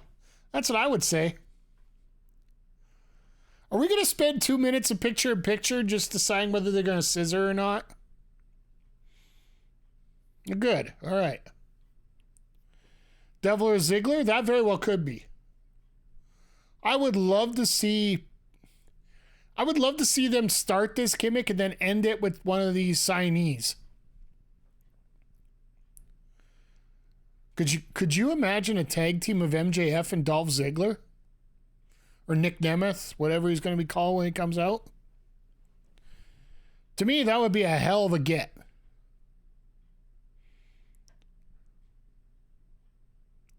So I feel that might be one of the... I do see AEW picking up a couple of these wrestlers that were released 2 months ago. The wrestling would be phenomenal. And I think MJF could help with the charisma part for Nemeth. Don't get me wrong. The Dolph Ziggler character had charisma, but I think in many ways there's a way that MJF could propel that into another level. Frankly, whoever gets that devil spot, it's going to be a hell of a run for him for a little bit there. It's got to be somebody big or it's not going to be pretty to see the response of what's going to happen here. Because ratings are already going down, which I'm sorry, but everybody should be expecting the ratings to go down a little bit. And I don't talk a lot about ratings as we go along here because I'm worried more about the wrestling. But I'm better than you. Speaking of the J and the F, how are you doing, Mr. Member of the Game? That is magic. So, Adam, you're in the devil man. I never knew your shoulders were that big. You know, man, I got to learn how to get in the gym more. Because, you know, if I can get arms like those. Hope you're doing well. I hope everything's going well for you tonight, my friend. The mask is too big for your head.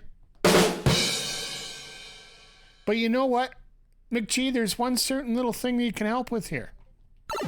Just a little warp pipe can sink heads into many different spots there. So take that joke wherever you want and just file it under whatever category you want. There we go. The sound back on. We're here during the main event. Hope everybody's having a great night tonight once again. So much fun. Been busy as hell catching AEW on PVR. I will say this, never apologize for not being around. I'm just happy that whenever anybody shows up, it is a great time, and I love you guys in here interacting. You're still calling Danhausen. We will mark that down, and I'll say this right now. If it officially becomes Danhausen that is the devil, 10 gifted subs. I will throw that in right away. And I'm not talking about some cameo that you get, so you get Danhausen in a devil mask to show me. That doesn't count. I want a part of the official storyline here in AEW. But you can mark that down all you want.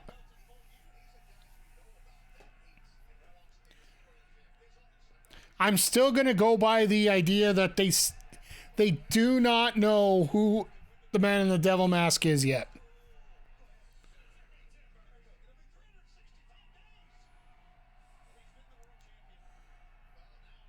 Oh, here we go. They got to officially do it now. This is part of his deal.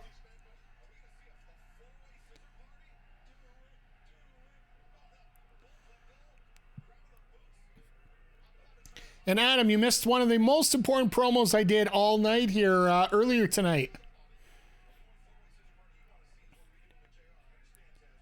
I wonder if the devil mask is the higher power of the corporate ministry at this point and they don't know it.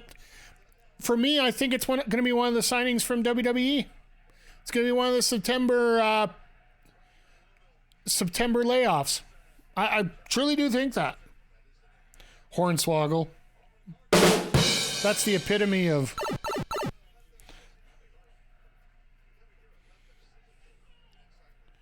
But I said this and we talked about it earlier. Rolling Stone had an article about MJF being the potential for the top entertainer to come out of wrestling. And I made the comment, and I don't know if anybody clipped it or not, but MJF is the number one entertainer right now across all brands. I'm not talking about best wrestler. I'm not talking about best storylines or whatever. Just straight up. MJF is the best entertainer in pro wrestling right now. Because he can go so many different ways. Oh, wait. The devil is Vince? No,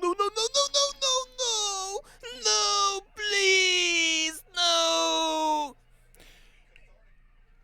That's who they were comparing him to in the article, I do believe, Adam. So I'd like to know what they were playing with Cole before he got hurt, if they're just trying to keep Max busy until he's healthy again. I'm assuming so. They're eventually going to play that story. They got to eventually play that card.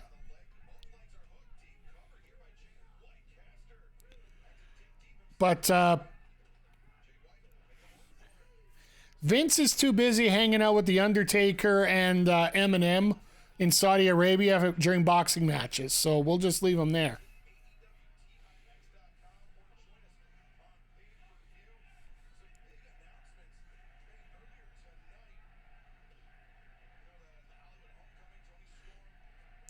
So yeah, and in 2 weeks, we're getting the return of Paul White back to our TVs here with a street fight. So the devil is TK.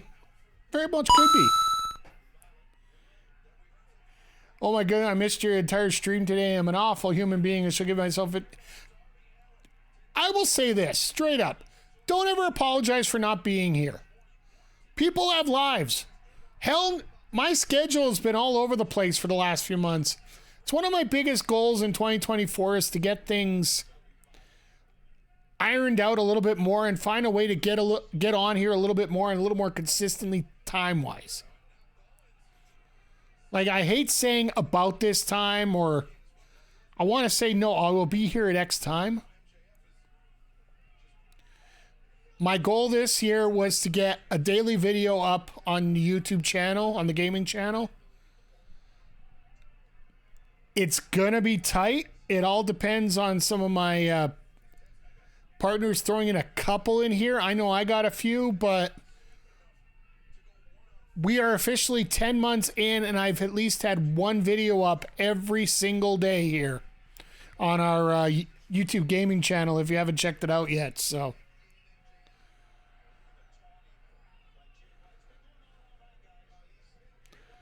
Jay White is one of the perfect pricks that you would ever meet. Like, his role is, he's doing it perfectly.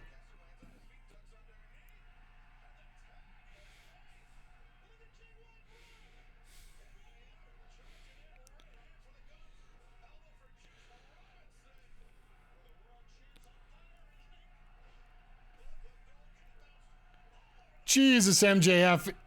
You gotta look. So is he going to get the trio kangaroo kick?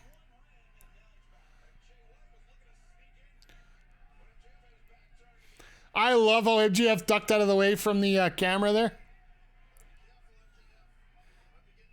Didn't know anything of Jay White prior to this angle. But a big fan. That is great. Like, I'll be honest, Jay White I've known bits and pieces of.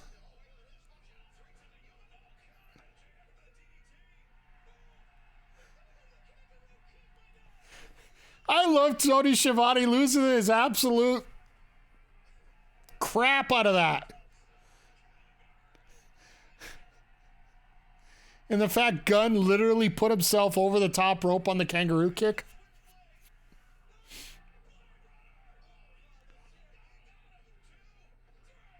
Wow. Wow.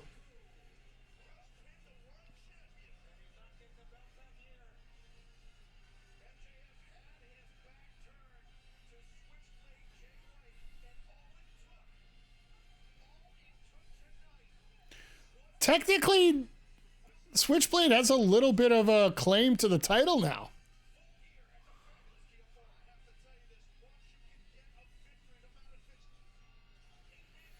You know what? This is gonna. No, you forget sometimes.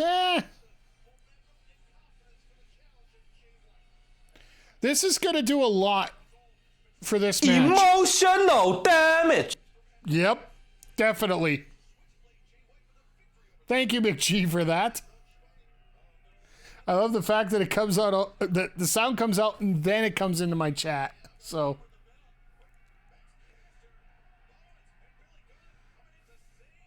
now we got to end the night with the scissors. Oh no, we're going to get...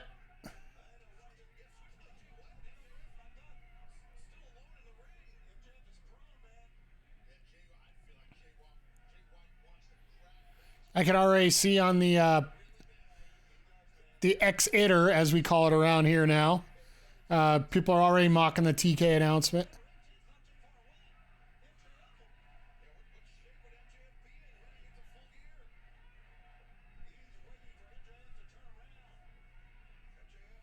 Caster's going to take the bullet.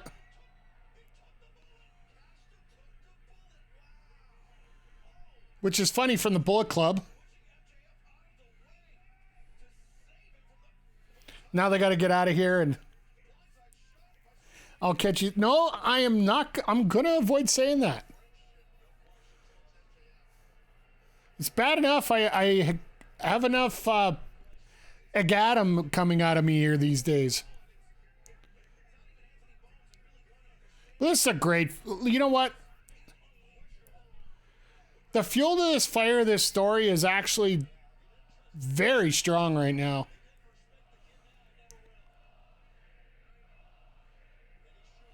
And these fans are expressing their pleasure of this whole situation.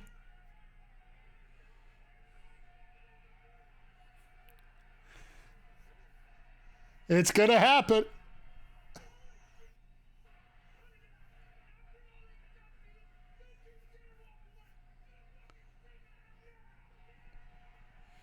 Wow. You gotta love it when Billy gets fired up.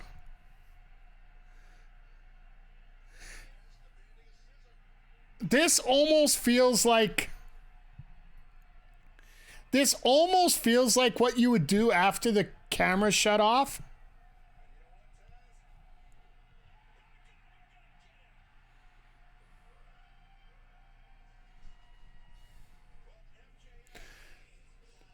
But Max is an expert at that.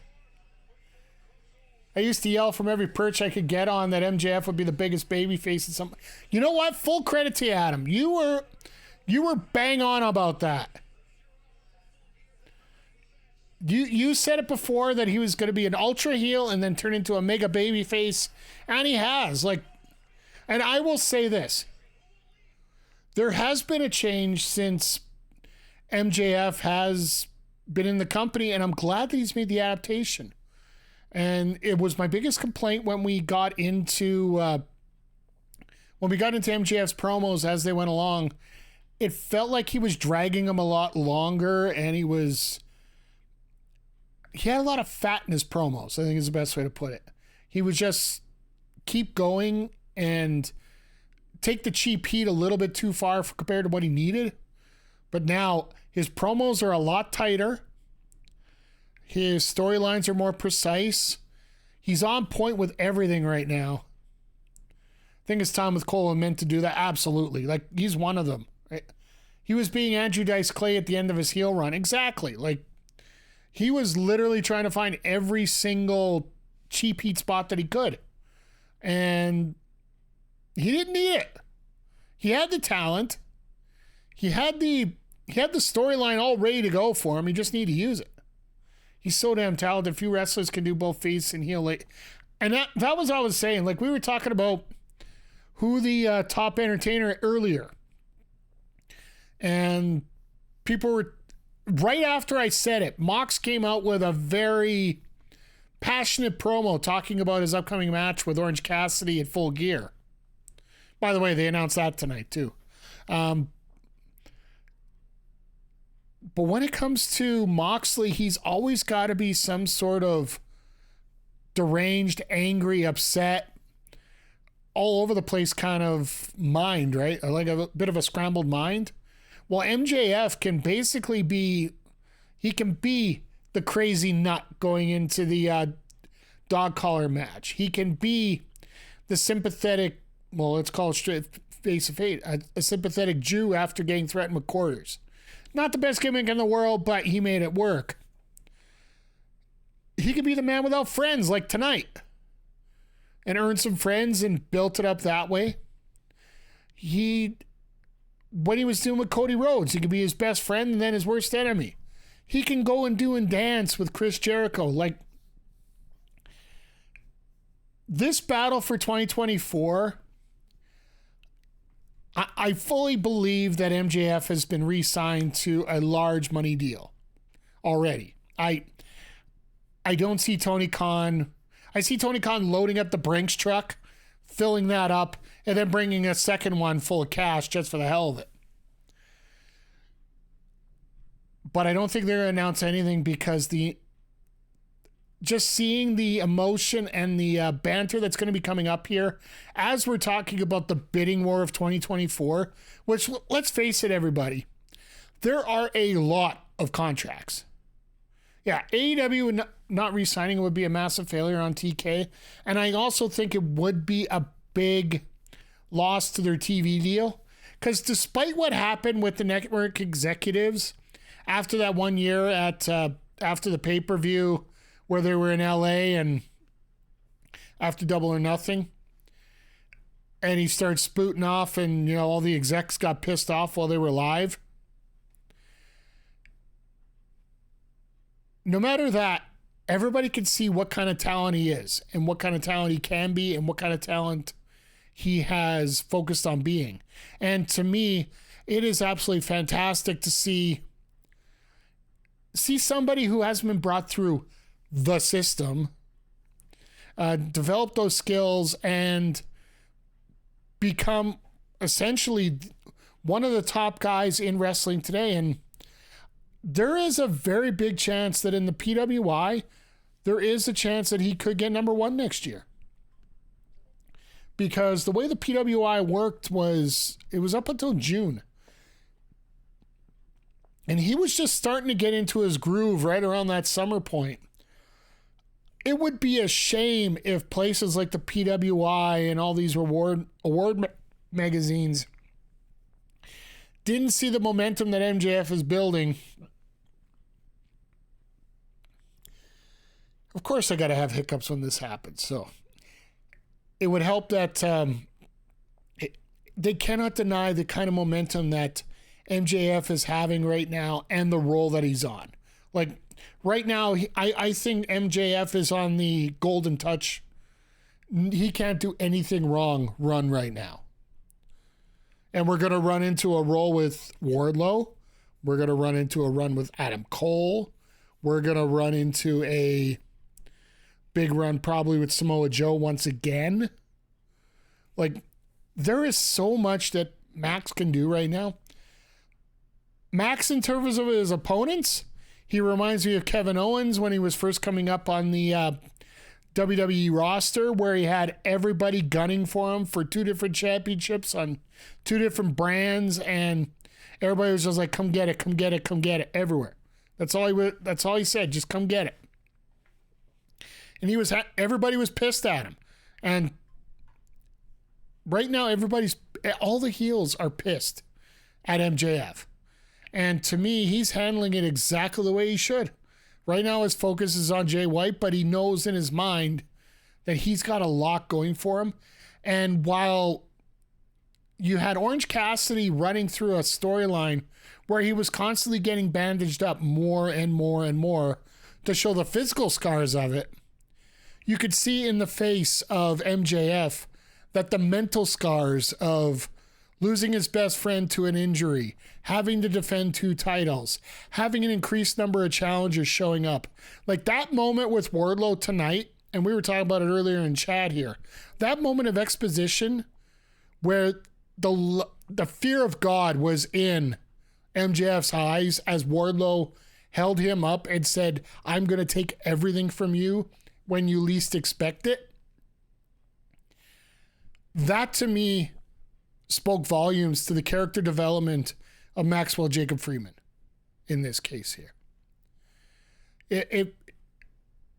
It's amazing on how that can happen and how everything can be put into a nice little package here. And for a match that a lot of people didn't give a crap about going into our main event of Full Gear coming up in 2.5 weeks' time, a lot of people are going to care about this right now. And I know that there's a lot of people that are hooked now on Jay White, which if he wins, he can run with the championship. If he loses, he can go into that Collision sort of separation and fight it out with like all the top stars over there, because it almost feels like we're getting to the point where we're going to have to get another title over on that's going to be defended a little bit more on Saturdays.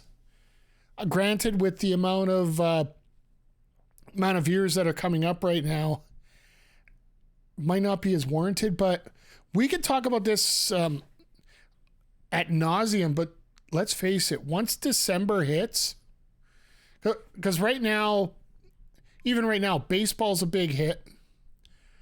Football's a big hit, especially on Sundays. And now in December, they're going to have Saturdays. And once the Super Bowl is done, with all due respect to the XFL, we're going to have to, they're going to have to find something to watch. And I think AEW is going to get those numbers returned. Well, I guess we do have the Real World Championship. Good point, Crowder. I will give you that. And that rim shot as well. But we could talk about it ad nauseum here, but there's a reason why this time of year is usually a bit of a dead point when it comes to creative storytelling. And I'm going to throw back a comparison to the Rumble here. This is why the Survivor Series is usually known as the worst of the four. Don't know how much respect the XFL deserves. Honestly, it is a lot better product than you'd imagine here, sir. It really is entertaining, and the amount of talent that is on those rosters, it's a lot better than what Vince had. Let's put it that way. And I know that's pretty much by default, but at the same time, they actually did a real decent job this year. And now that they're getting a little bit of I think they're joining up with the USFL. I think they're combining both now, so we'll see how that goes. And it deserves some grandeur here. But when we're talking about Survivor Series, that's why Survivor Series is all now known as the fourth pay-per-view of the four, because you got basketball in full effect, you got hockey in full effect, you got NASCAR wrapping up their season. You got the NFL going nonstop till February. Just breaking balls, but yeah, Vince's XFL was yeesh. It just, how do I put this?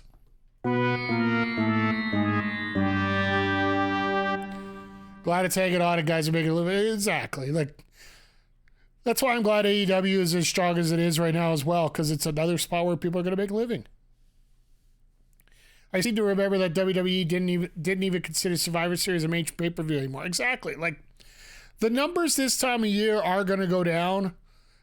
A lot of people don't realize how much football really does take away from the wrestling aspect. And I know that football's on Thursdays, Sundays, and Mondays, and now Saturdays starting after American Thanksgiving. But it's not necessarily the day of the week that matters. It's time currency. Like I've always said, there's two things that are most important in this world. I know I'm getting psychological here with saying this. Time currency and emotional currency. Emotional currency is how much do you put your heart behind stuff? Because the more you put your heart behind certain things, the less you're going to be able to take care of others. And when it comes to time currency, you only have X number of time to watch this and this and that. Like, I know that some people are apologizing for not being on here. We all have important things to do, and those things are time. And if you have to allocate your time to X or Y versus what you have generally, you're just going to go with it. And Mr. Levy, you're talking about it's only on Amazon Prime. That's in the States. Up here in Canada, and I speak specifically about Canada, the NFL is on Thursday nights on TSN, our ESPN equivalent. It's on a main channel. We don't have to buy anything extra like we do with Rampage or Collision. So, and yeah, there's a double NCAA football and basketball. And now that different conferences are getting big money deals out of these major TV brands, they're hacking into the wrestling revenue. Not saying the wrestling revenue is like that and then they're just hacking at it. It's just there's no potential for people to get extra money from wrestling if it's all going to somewhere else, whether it be time or actual physical cash. So it's going to be interesting to see what the next TV contract comes up here with AEW. The move to USA for SmackDown that was just announced, and the potential that there might be a swap of days between AEW and WWE Raw. Because I could totally see the new person who signs up Raw moving it to Wednesday. I don't doubt that for a second. It's one of the better nights to get on TV. Mondays are useless because you're going up against football. I'll tell you this right now. If Raw decides to move to a Wednesday, AEW will more than likely take that Monday slot. And they're going to get beaten all to hell because of it. But what else can you do? You can't have two wrestling shows on the same night anymore. I understand you got PVR and whatnot, but it'd be interesting to see how the Wrestling Wars would go. But I'd like to wait another 5 years before we get a chance to do that, because as much as AEW has been around for 4 to 5 years, we still getting the kinks out of this promotion. You could still see some misnomers. I'd like to see, like, once we start getting a consistent product with more women's wrestling, more mixture of what we're getting than just what we got right now. And I would like to see a little bit of a mix up of that. We got to get the roster to grow a little bit more. The best day in my personal opinion is Tuesday. There are typical Is There Anything Sports that day. That's fair, but it's also a cheap movie night. There is a possibility, they could move to Tuesdays. And they have moved there before. I think NXT would take a big blow by that consistently.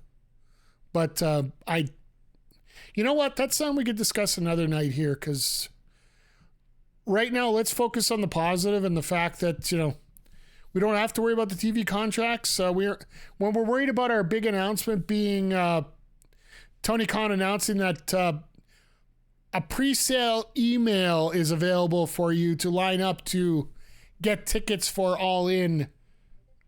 You could sign up for an email now that gets you in line for tickets December 1st.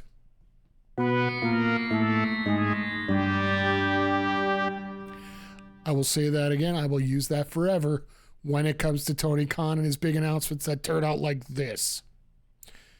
Tony Khan, I tried to give you the benefit of the doubt before the show.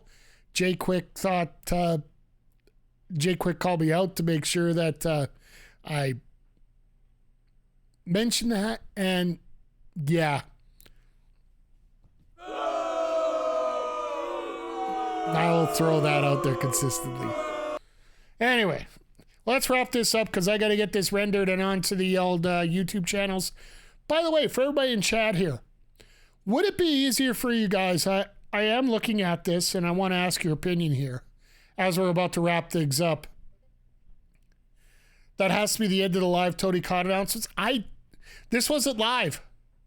This was pre-tape. This was a backstage segment with Nigel McGuinness. He's been doing the last 3 or 4 that way. Pretty much since the Phil Brooks excommunication here. So, but what I was going to ask you guys as you're in chat here real quick here before I raid you guys out to OLE and the Wrestle Draft show. Would you guys be interested for me to also simulcast this on YouTube directly at the same time? Would it be easier for you guys to communicate on there as well? I'm playing around with the multi-stream idea just because it is available. So I just had an idea. What if Brewhouse sort of offered a normal wing deal for showing AEW, getting folks in the door, getting a bit of a bug? We've been doing that with Beercade here in Edmonton, but I don't know how much wrestling is that popular compared. The thing is, if you're going to do that, you have to do it consistently every week, and there's too much sports that would cut into it.